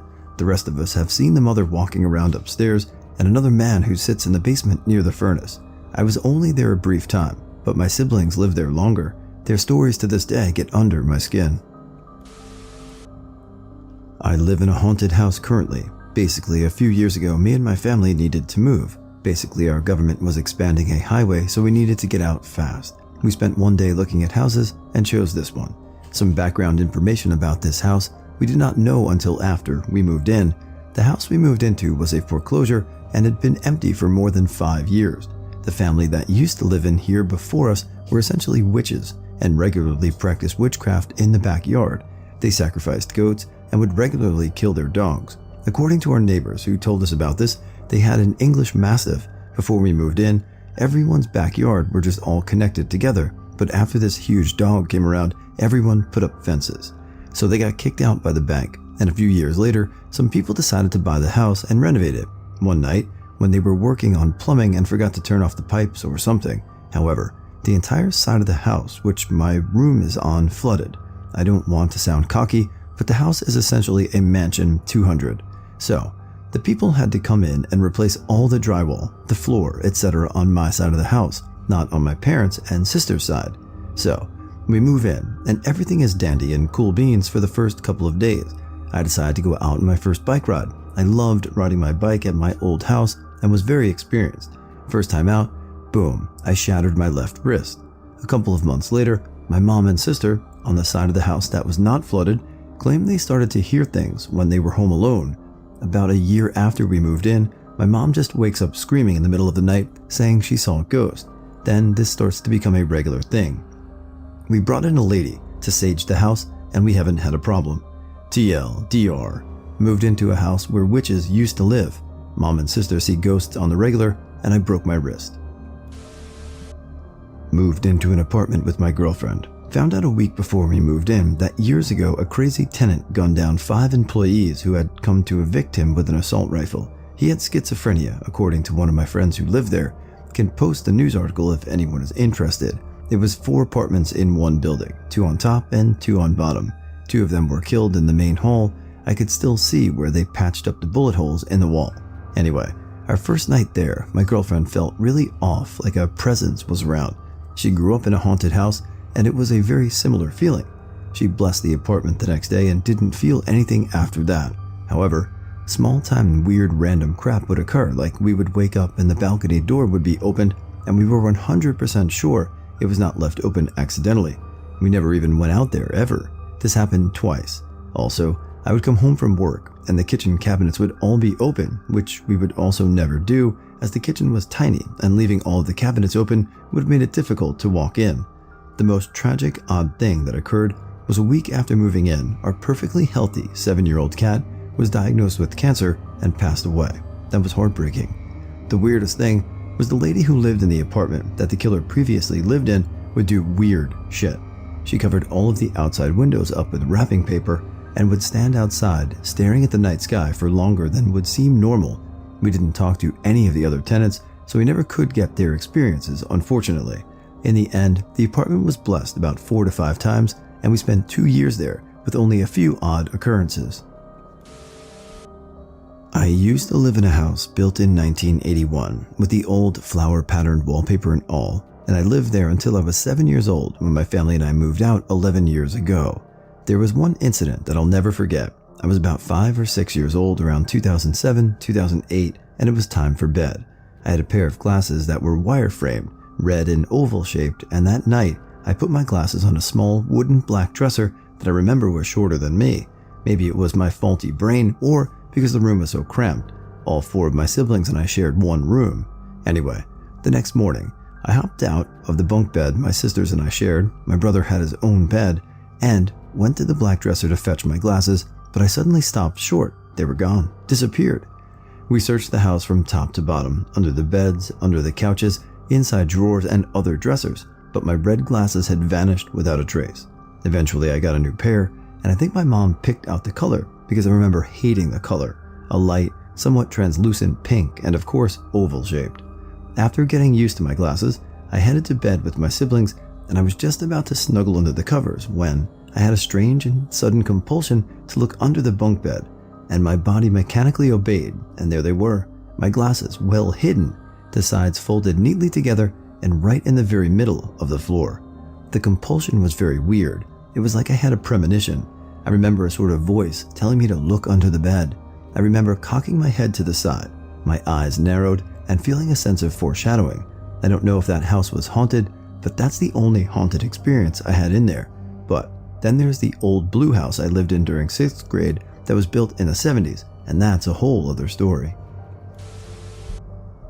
Not house, but apartment. Where I grew up, our cabinets would open and slam all night long. My dolls would always be found in the middle of the living room every morning. I would always chuck them out the window because of that. Our downstairs neighbor would always complain about hearing something dragging when we weren't home. My sister would always wake up at 3 and see shadow people sitting or standing in front of her dresser. Also, something would sit on the corner of my mother's bed, made sure she woke up from it sitting, then would proceed to throw itself on the floor and crawl under the bed. So many things have happened where I grew up, but sadly it ended up following us for a while since it was an attachment. I had a room on the main floor in college, just off the living dining room area. About 3 days after I moved in, I woke up at 1 a.m. and saw a fainter blue light under my door, and I heard laughter in the living room. I just assumed it was my roommate, and just rolled over back to sleep. I was making breakfast the next day when my roommate walked through the door from outside, and I asked her if she was watching a good movie last night to get her laughing like that, and she told me she spent the night at her friend's place and didn't come home last night. Freaked me out good. I had another buddy stay at that house over summer break and was between leases. He was supposed to be the only one in the house over the 2 weeks. He was homeless, but one day, as he's in the shower, he hears the back door slam. He calls out to see who's there, but he doesn't get a response back. So he grabs his towel and walks through the living room, dining room area to the kitchen and checked the back door, which was still locked. As he's checking the lock and looking outside, he hears a loud bang upstairs, like someone dropped something heavy, and ran upstairs to check again. He verifies no one is up there, thoroughly freaked out at this point, and then walks back down the stairs to the living room to find the chandelier over the table swinging violently back and forth over the table. He put his pants and shirt on and got the F out of the house and headed to another friend's to stay there for the rest of the 2 weeks and didn't come back until he had to grab his stuff. Yes, when I was a child, radios would turn on all by themselves and I saw shadows walking around my house. One day, my older brother's radio turned on 4 times on its own. The 5th time I shouted up to the bedroom, "I'm not going back up to turn it off," then turned itself off a minute later. Random goofy pranks, nothing ever bad. Never felt scared at all except for one time. When I was 9, I was going to get something from our pantry in our upstairs hallway when my dog just started growling at the steps. I felt such a feeling of dread I couldn't move. My father came over and was wondering what was going on. When I told him, he laughed and said I was just imagining things. However, when he went to the steps, he froze, then started to gently push me back away from the hall. All he would tell me was that to stay away from there until he said otherwise, then had me go get my uncle. They told me to go in the yard with the dog and they went upstairs. To this day, I don't know what it was. They refused to tell me. No one was home but my father and I and my dog. Also, no one could have gotten in the house without us knowing since we were already on the 2nd floor and I was right by our back door. It was the only time I was terrified to go upstairs. Old flat in Hackney. I rented a room in it.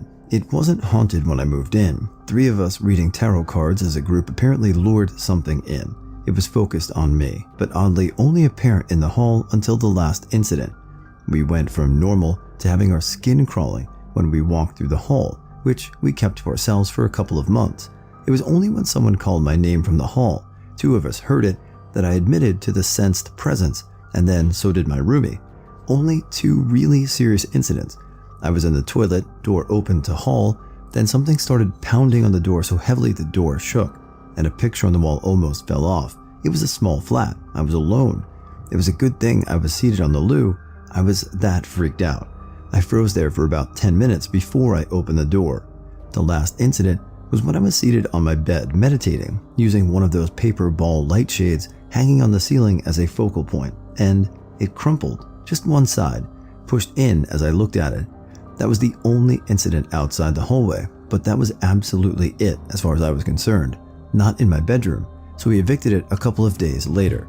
I think it just wanted to communicate, but no effing way. Bugger off, poltergeist. My grandparents' place might be haunted and only my siblings and I could tell. One night I woke up in the middle of the night, maybe around 1 or 2 in the morning, and I noticed that my siblings woke up after. Then we saw that the bedroom door to the living room slightly creaked open. There was no draft in the house, and the door needed a little bit of force to open. No breeze could open it. I looked around and everyone was in the room, and none of us were awake to open it. I couldn't tell, but I heard vague steps in the room. No one walked that moment. Another time, my sister said that I was up at 3 in the morning, and I looked wide awake, but I slept like a baby, I'm sure.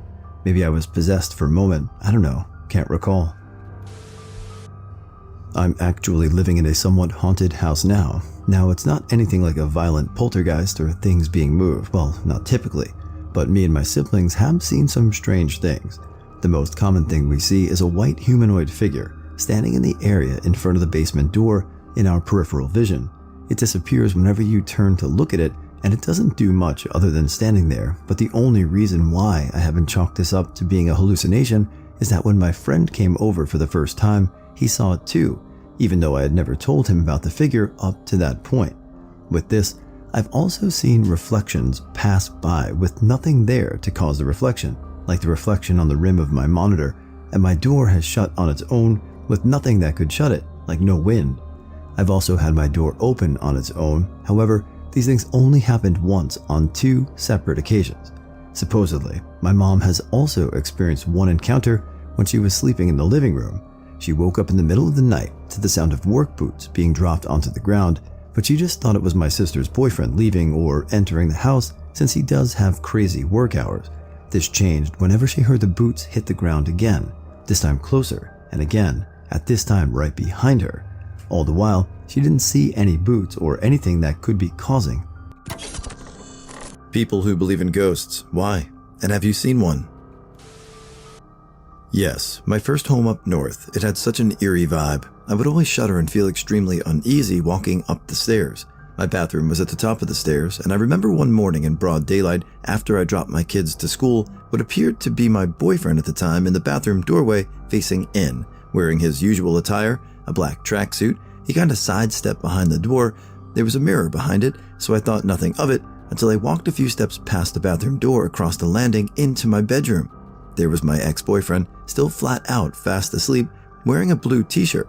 I shook him awake, saying I had just seen him. We checked behind the bathroom door, and I was in absolute panic. I had an intruder in my home. The bathroom had a slit of a window, and it was impossible to get out. When I got friendlier with the neighbors, they told me that the house had been left empty for a couple of years. Because of a couple of deaths in there, and no locals wanted to rent it, the previous owner literally drank herself to death in the back bedroom, and her husband died.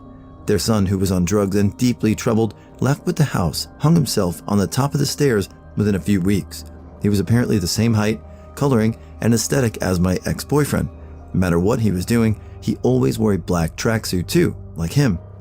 He just didn't look at all ghost-like in any sense, more like an actual human intruder who just disappeared. Total skeptic and an atheist, but also very spiritually inclined as a somewhat recent development. Years ago, 08 or 09, I was driving home with my then girlfriend along a back country road. I took a left on a Y intersection and started to come over a shallow hill. From the left side of the road to the right side of the road, something crossed, and it took a total of 2 seconds of time to cross.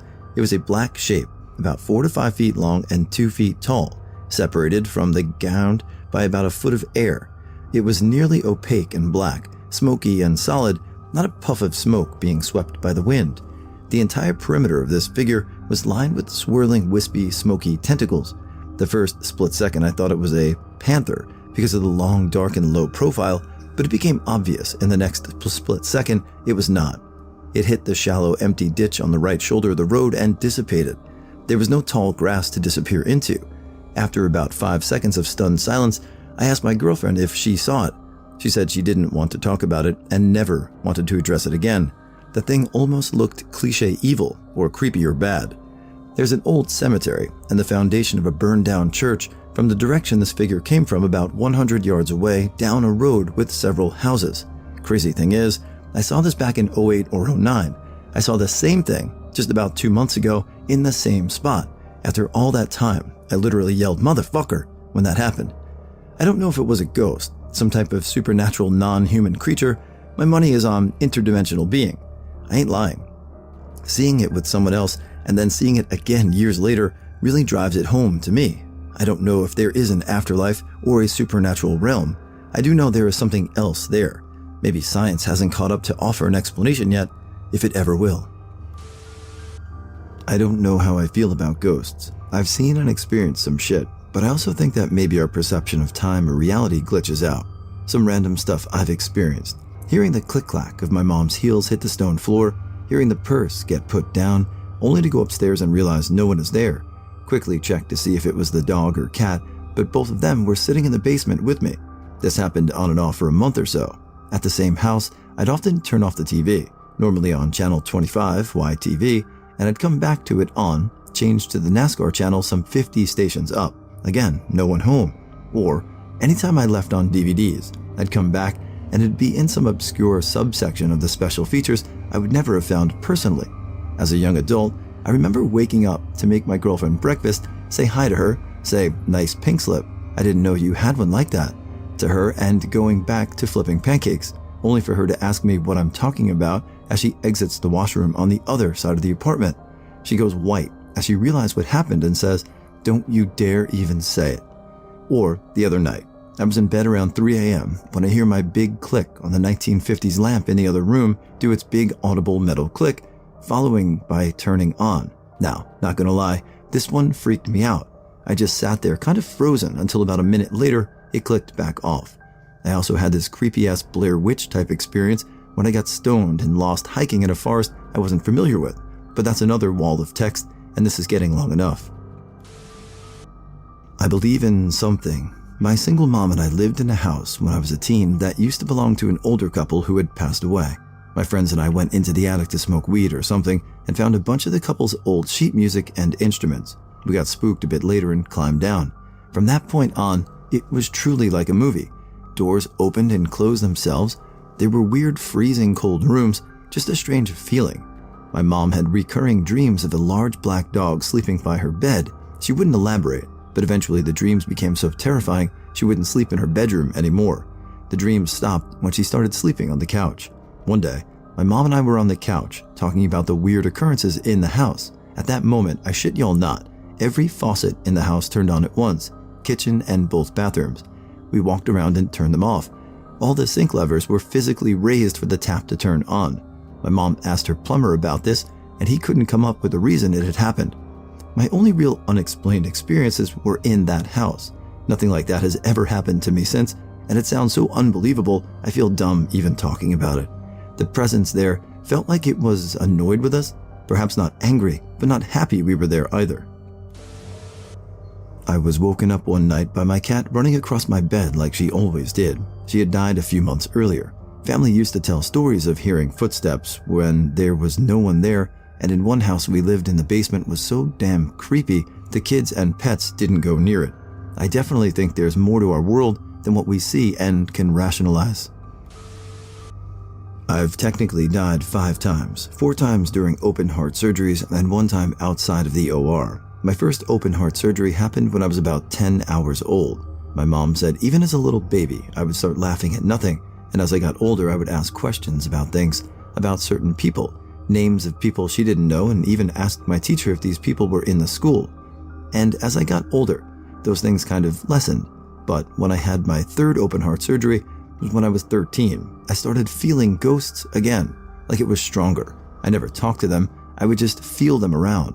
I was almost 15 when we moved into our first house, and I kept feeling something in the basement, an older man and a boy about 6 years old. The family we bought the house from was a young couple with twin boys. I would only feel them around the stairs in the basement. A neighbor we were getting to know, he'd lived there for a very long time, and in the mid-90s, a man in his 60s ended up taking in his grandson because his parents could no longer take care of him. Our neighbor remembers them fixing the house up a little, and they built the stairs in the basement together. Sadly, they both died in a car accident. I wouldn't always feel them each time I went into the basement, but whenever I did, it was a nice, calming, and loving feeling there. I'm 30 now, and I still live there with my mom because of my health issues. It's been about 10 years since I felt a ghost or spirit, but I'm in the hospital waiting for a heart bilateral lung transplant, so it'll be interesting to see, since I'll technically die again, if that sensing of ghosts or spirits will come back. I never outright spoke to them, or at least nothing I remember doing. It was always more of a feeling, and I could kind of see a shadow in a way. I could sense the gender or age of them most of the time. I do kind of miss it. It never felt scary, but it always freaked my sister out. I've never seen one, I've only heard it. It was, hands down, the most terrifying thing I have ever encountered. I've told this story before, and the reason I no longer meditate at night. I cannot explain what happened. I was sitting in my aligned pose in the dark on my bed, and just before I was going to sleep that night, clearing my head of all negative thoughts and just calming myself. That was until I heard footsteps. Footsteps that belonged to no one. I know this because it's late. Everybody is asleep, and there's nobody else in the room. Footsteps that I could hear walk towards me. They were so fucking slow, too. You know how when someone is walking around the same room as you, and you can feel the air displacement as they pass you? Yeah, that. I felt it come 2 feet from my face, and I heard it just stop there, all while my eyes were closed, mind you. I sat there, waiting to see if they'd do something, anything. Nope. I couldn't take it anymore. I braced myself to see something standing directly in front of me. I opened my eyes and the room was completely empty. By then, my heart was pounding so fast, I wanted to just leave my house and go stay somewhere else that night. I didn't want to deal with that, yet I'm still here. Ever since I had that encounter, I've been hearing occasional disembodied voices. Sometimes they actually startle me. Some people have told me I'm hearing astral voices, but ultimately, I have no clue. I believe that the spirit of one of my ancestors gives our family visits from time to time. Can't remember his name, but one of my mom's grandparents, I think, always said that he wanted to be reincarnated as a cardinal. Every once in a while, there'll be something weird that happens with a cardinal. One time we were driving and there was a cardinal in the middle of the street. We drive by, the cardinal didn't move, but it just disappeared. Other times, there will just be random paranormal experiences. One time a chair next to me just moved the slightest bit when nothing else could have moved it, and another time there was a big yoga ball that was across the room from me that just started rolling towards me as if it had been pushed. I never trust ghost content on the internet, but I do believe in ghosts. When I was little, my family took a trip to one of Michigan's lighthouses and my grandma was taking pictures of one of them. When she got home to look at them, she noticed it looked like someone standing in the very top of the lighthouse. Thing is, no one was allowed into the lighthouse and there's no staff at this particular lighthouse. That photo alone is enough to convince me. I don't believe in ghosts in the traditional sense. I believe that glitches in reality take place. What someone thinks is a ghost could be them getting a glimpse of someone in the past, or maybe they're just interacting with a life form that is not quite in phase with our reality. I went to the shop once after everyone had left to take care of a customer emergency. Went to use the head and the lavatory faucet was on. Did my business, washed my hands and left. Came back a while later and the faucet was on again. I thought I had just left it on, so I turned it off. Finished the project an hour later and the faucet was on again. Freaked me the hell out. Several months later, we're all eating lunch and the pallet jack goes rolling by in the shop. Boss mentions the ghost and we all get to talking about the weird shit that happens there. Apparently, everyone that had ever worked there late has experienced some spooky ass crap. Tools that just freaking appear. No one has ever brought in a rivet gun or purchased one, but there was one in the shop toolbox when we needed one. Just weird shit. Picker is fully charged, although no one put it on the charger the night before. Still have never seen a ghost, but I believe in them now. I lived in a haunted trailer. I did not have a good experience there. The place almost caught fire in the middle of the night. The entire thing moved while we were all in the middle of it. We heard whispers, things that weren't there touched us, we saw books get thrown, etc. It wasn't a good experience, but I'm sure others have been through worse, but I was young at the time, so it was terrifying for me. I haven't seen one, but I've had several haunted experiences that defy rational explanation, and I'm fairly certain that I'm not delusional, so what other conclusion can I really make? The first one was when I was a junior in college. I lived in a dorm well known to be haunted. Everyone had stories, not just the students, but the RAs, the chaplains, Catholic college, the security guards. The school campus was about 100 years old when I attended. So I lived with a roommate, and our double room had two little areas separated by a doorway with no door. I made a little curtain to go in the doorway so we could have privacy if we wanted, or the light on while the other was sleeping. Then there was a bathroom that connected our room to the single next door. So I had a roommate and a suite mate. All the rooms had those stiff plastic mattresses and stiff plastic cloth curtains in the windows that were just about indestructible. This is relevant to the story. So I came home late last night after being in the computer lab, 90s LOL, and my roommate said, "Oh, I'm so glad you're back. I was in the bathroom and the door opened by itself." I'm a pretty pragmatic person, so I didn't just leap to ghosts right off the bat, but looked for a physical cause. I went in the bathroom and peeked under the curtain to see if the window in there was open. It was open, about an inch. I left the curtain drop and walked back out into our room long enough to say, I checked the window and it was open, so the wind probably blew open the door. Oh, okay. That exchange probably took 15 seconds total. I turned around and walked back into the bathroom to take my contacts out. Again, only seconds have passed, and the curtain on the window, which had just been closed, were not pushed back but rolled back, like you roll a piece of paper into a tube. They were rolled so that the window looked exactly as if someone had been sitting on the windowsill. I looked at that for about 5 seconds, turned around, turned off the light, closed the door, and went to sleep in my contacts, or more accurately, did not sleep. The next morning, they were still just like that, and I had to unroll the cloth and try to flatten it back out to get them to hang normally again. That was the first incident.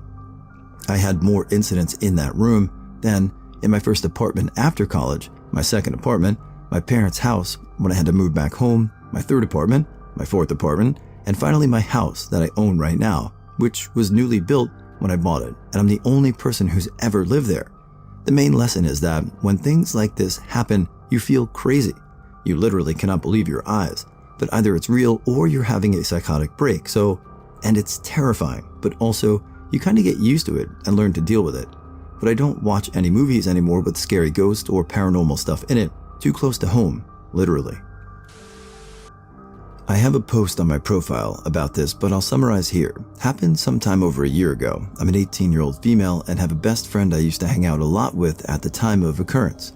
It was about 3 a.m. at the time. I was just going to sleep, so I put my phone on my nightstand to the left of me. Sometime a little into 4 a.m., as I was just getting into a deeper sleep, I suddenly felt an odd feeling, like I needed to open my eyes.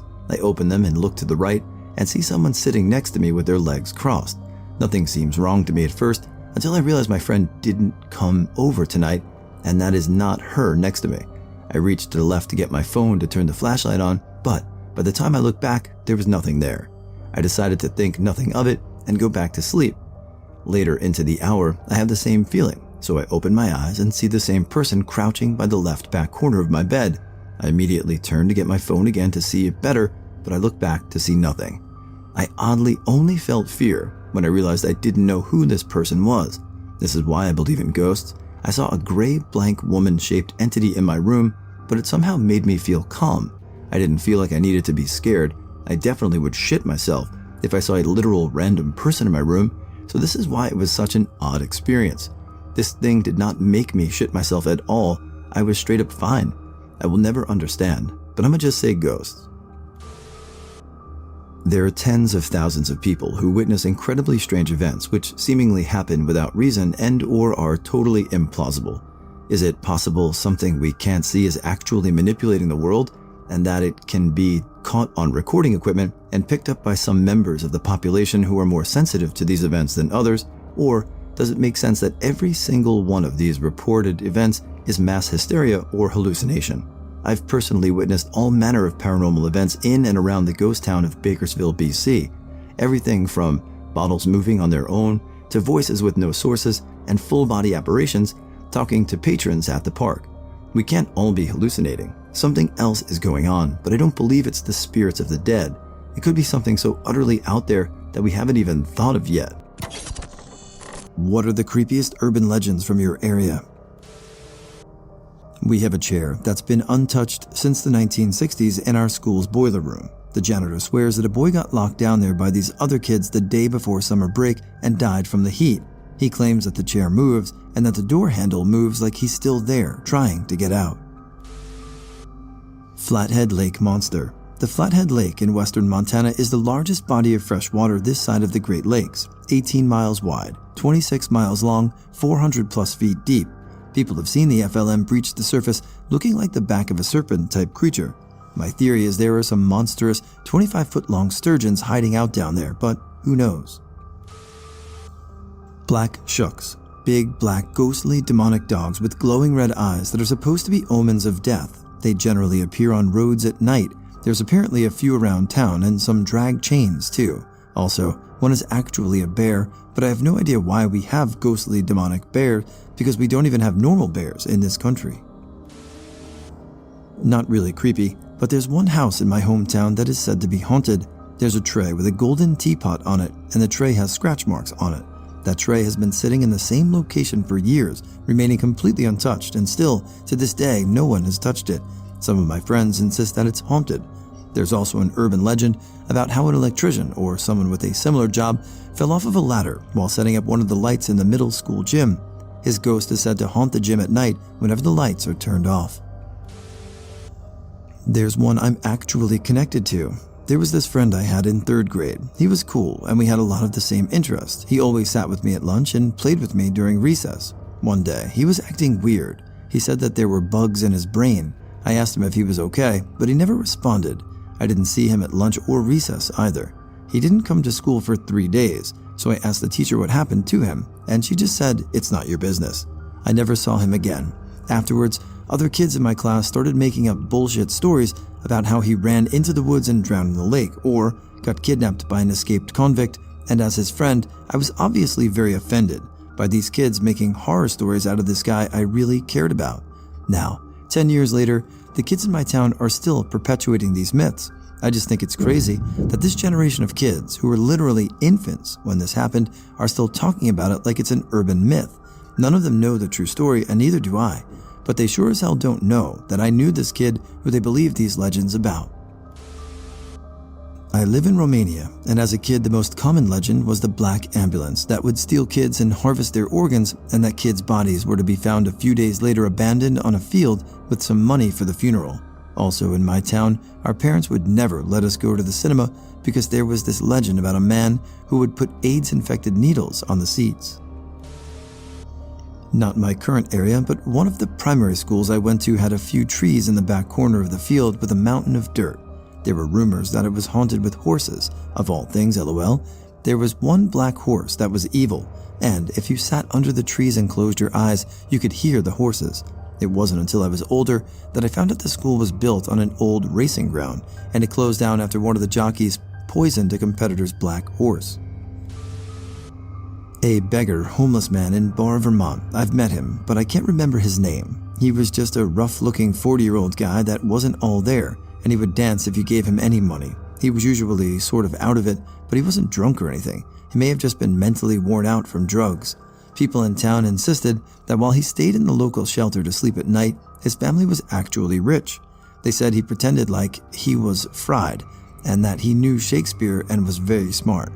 I heard he stayed in shelters to spite his family after an argument he had with his dad 20 years before about a mysterious death in the family. I can't remember the whack name he got, but locals feared and respected him just by his reputation. I want to say it was the Dancing Daddy or something similar. We have 3 mysterious men in a car called the Guardians, yes, that's what we call them, along Montana Highway 464. People have told experiences where they have car trouble and 3 men in a car drive up and help them out. Other people talk about headlights that disappear in places where they shouldn't disappear. We also have a Native American in a jean jacket and jeans who materializes in front of cars before they can swerve out of the way. When the driver checks for a victim, no body is found. We had one called Joey the Clown. Nearby is a disused Victorian railway which was being transformed into a 20-ish mile path for people to walk, jog, cycle, etc. and links different parts of the city, just as the rail line would have. Before that it was just disused and didn't have tarmac or anything, just mud, grass, and there were no gates in the side doors of the tunnels. The tunnels are really dark in there, and we used to hang around in there when we were kids. We became aware of the urban legend of Joey the Clown, who was a lunatic, who ran away from the circus, kidnapped a baby, and hanged it by its feet upside down from one of the pipes above the tunnel, right into the path of an oncoming locomotive, which he also jumped in front of.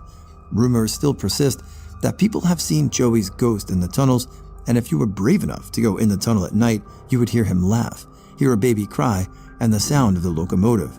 My mother used this to her advantage when I was a kid, though by telling my sisters and I that Joey the Clown preys upon children who wear odd socks and who refuse to wear clean underwear. So of course, we'd all be wearing matching socks and make sure we had pristine underwear on when we ventured down the old railway. Rural Western Maryland. Been researching folklore for our class. We have a few, but here's one of my personal best. Legend of the Beansucker. The story of a man who wanted to scare a couple as they were coming home in a carriage back in the late 1800s. He stuffed his mouth full of beans and jumped in front of their carriage.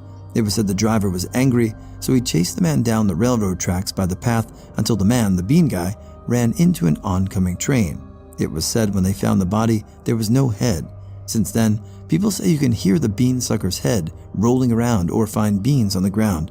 Maybe not the creepiest, but there's evidence that the train part may have happened around that time, which makes the reality factor even more real. There's an enormous wooden railroad trestle not too far from me. Tracks are still in use, and the legend goes that one day in the 1940s, when the area was super rural, a teenage boy decided to kill himself. As the road passing under the trestle was the only way to access the houses beyond it at that time, he elected to hang himself from the beam directly above the road so his parents would be forced to see him when they return home. I normally don't believe in this sort of thing, but if you look closely, you can still see marks in the timber above the road that look suspicious, like a rope rubbed against it. There is a large burial ground for people who know too much and are a liability, mostly drug rings, out on a part of the reservation that no police or tribal police have jurisdiction to be able to investigate. Unfortunately, I heard about, and so did my friends in high school, and we thought it was just a legend. Well, last year I learned it was real. I had a friend who got out of the drug ring and showed it to me. There's a small graveyard out the back of Cranebrook that are haunted by the ghost of Sarah Marshall. We and my mates went there one night, didn't see much except we found fingerprints all over the windscreen of the car. We left almost immediately. It's not really a known creepy urban legend, but in the 1800s, in the Ohi Mountains in Idaho, there was a group of hunters staying in a cabin, and after failing to come back to their families, a search party was sent out to look for them. They found the cabin, looked from the inside, with the window also locked from the inside, and they found all the hunters dead, with their heads crushed. No one knows who did it or how, but the incident repeated itself in like the 1970s or something. There used to be an insane asylum by my house in the 70s. It's probably 5 minutes away from my house, if that, but they tore it down in the 90s because it was just a giant eyesore and had a dark history of mistreating patients. There's a cemetery on the property with hundreds of unnamed people who died there. In the early 2000s, Walmart bought the land and wanted to turn to build a Walmart there since you would be able to see it from the highway. They excavated and such, and the day before they were set to start construction, a huge landslide happened in the middle of the night that blocked the highway for days. If it would have happened at rush hour, tons of people would have died. Ultimately, it was deemed unsafe territory to build on, so it remains empty, except for all the bike trails through the area, but no one ever rides during nighttime, lol. I guess the people who died there didn't want to be chilling underneath a Walmart's aisle 10.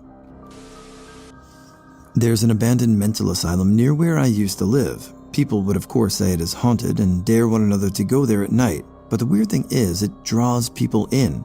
If you find yourself driving late at night, you might end up driving on the grounds of the asylum out of nowhere. This happened to me and my mom once. Somehow we got off at the wrong exit, several exits from our normal exit, and wound up on the grounds of the asylum. Shouldn't be even possible. There are gates that are supposed to be closed and locked. I remember my mom and I freaked out, and for a second, I thought I saw faces looking out from the windows of the asylum, lights flickering on and off. We managed to find our way out through the main gate again shortly after. Recently, on a local Facebook group about my and the neighboring village, there have been rumors of a dancing man. Only a couple of people have seen him, but they say he wears an old gas mask and black clothes, and can be found dancing at night on the beach or can be seen walking the hill in a groovy stride. Also, he disappears when people look away and then look back. It's me. I'm the dancing man. Become a cryptid is part of my bucket list, and I can now officially cross it off. There's a place in my county like 10 to 15 minutes from my house called Bostic Brickyard. Legend goes that it was a slave owner's property and that he killed all of his slaves and dumped them in the swamp there. If you go out to that swamp at night and yell, "Throw something!" you hear something being thrown into the water. If you keep yelling, you can hear it get closer. I'm getting chills because I've personally experienced it a few times and it's creepy as fuck. One time, I and a group of like 5 made the mistake of using a Ouija board there and we heard a distant scream. Fucking terrifying. There's also a legend in the same place that a green banshee will chase you out of there, but nothing happened to me yet. Does it have to be urban? Can it be rural? The tale of the big black dog circulates around our area. I grew up in a rural area without a terrible amount of legends. When I was young, a teen near our house died in a car accident, not an uncommon accident for a young teen. She crashed into a tree. But some said that she did so trying to avoid a dog, a big black dog with an unusually long tail, according to some descriptions. It was said by some in the area that an old man in the area mistreated a dog, and the dog in question haunted the area seeking revenge. It was said that seeing the dog predicted either death or great fortune. My brother used to tell me stories about the big black dog. I pretty much ignored the stories until I encountered the dog for myself. When I was in high school, I had a friend who I took with me pretty much everywhere. When we explored the woods about my house, we always took my family dogs. It was a rural area. We even regularly let dogs off the leash and expected them to follow us and not stray too far. If they ever encountered anything unusual, they would absolutely alert and raise hell. Well, one time, we were just making our way to the creek and I heard a rustle in the fall leaves. I watched a huge black dog with a stupidly long tail cross our road, crash through the leaves, and disappear into the woods. None of my dogs reacted to it in the slightest. I know if I saw or heard that dog move over the road, the dogs would have, yet they didn't acknowledge it in the slightest. And my dogs were stupidly territorial. They would have chased a dog, rat, rabbit, whatever, to the end of the earth. I thought I was hallucinating. Until my friend asked me if I just saw that enormous black dog cross our paths and asked me why none of my dogs reacted to it. It was so surreal. I thought I was being paranoid.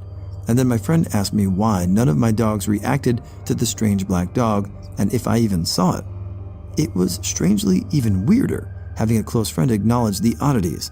The only other time I've walked that way since, coyotes started whooping and we turned right the fuck around.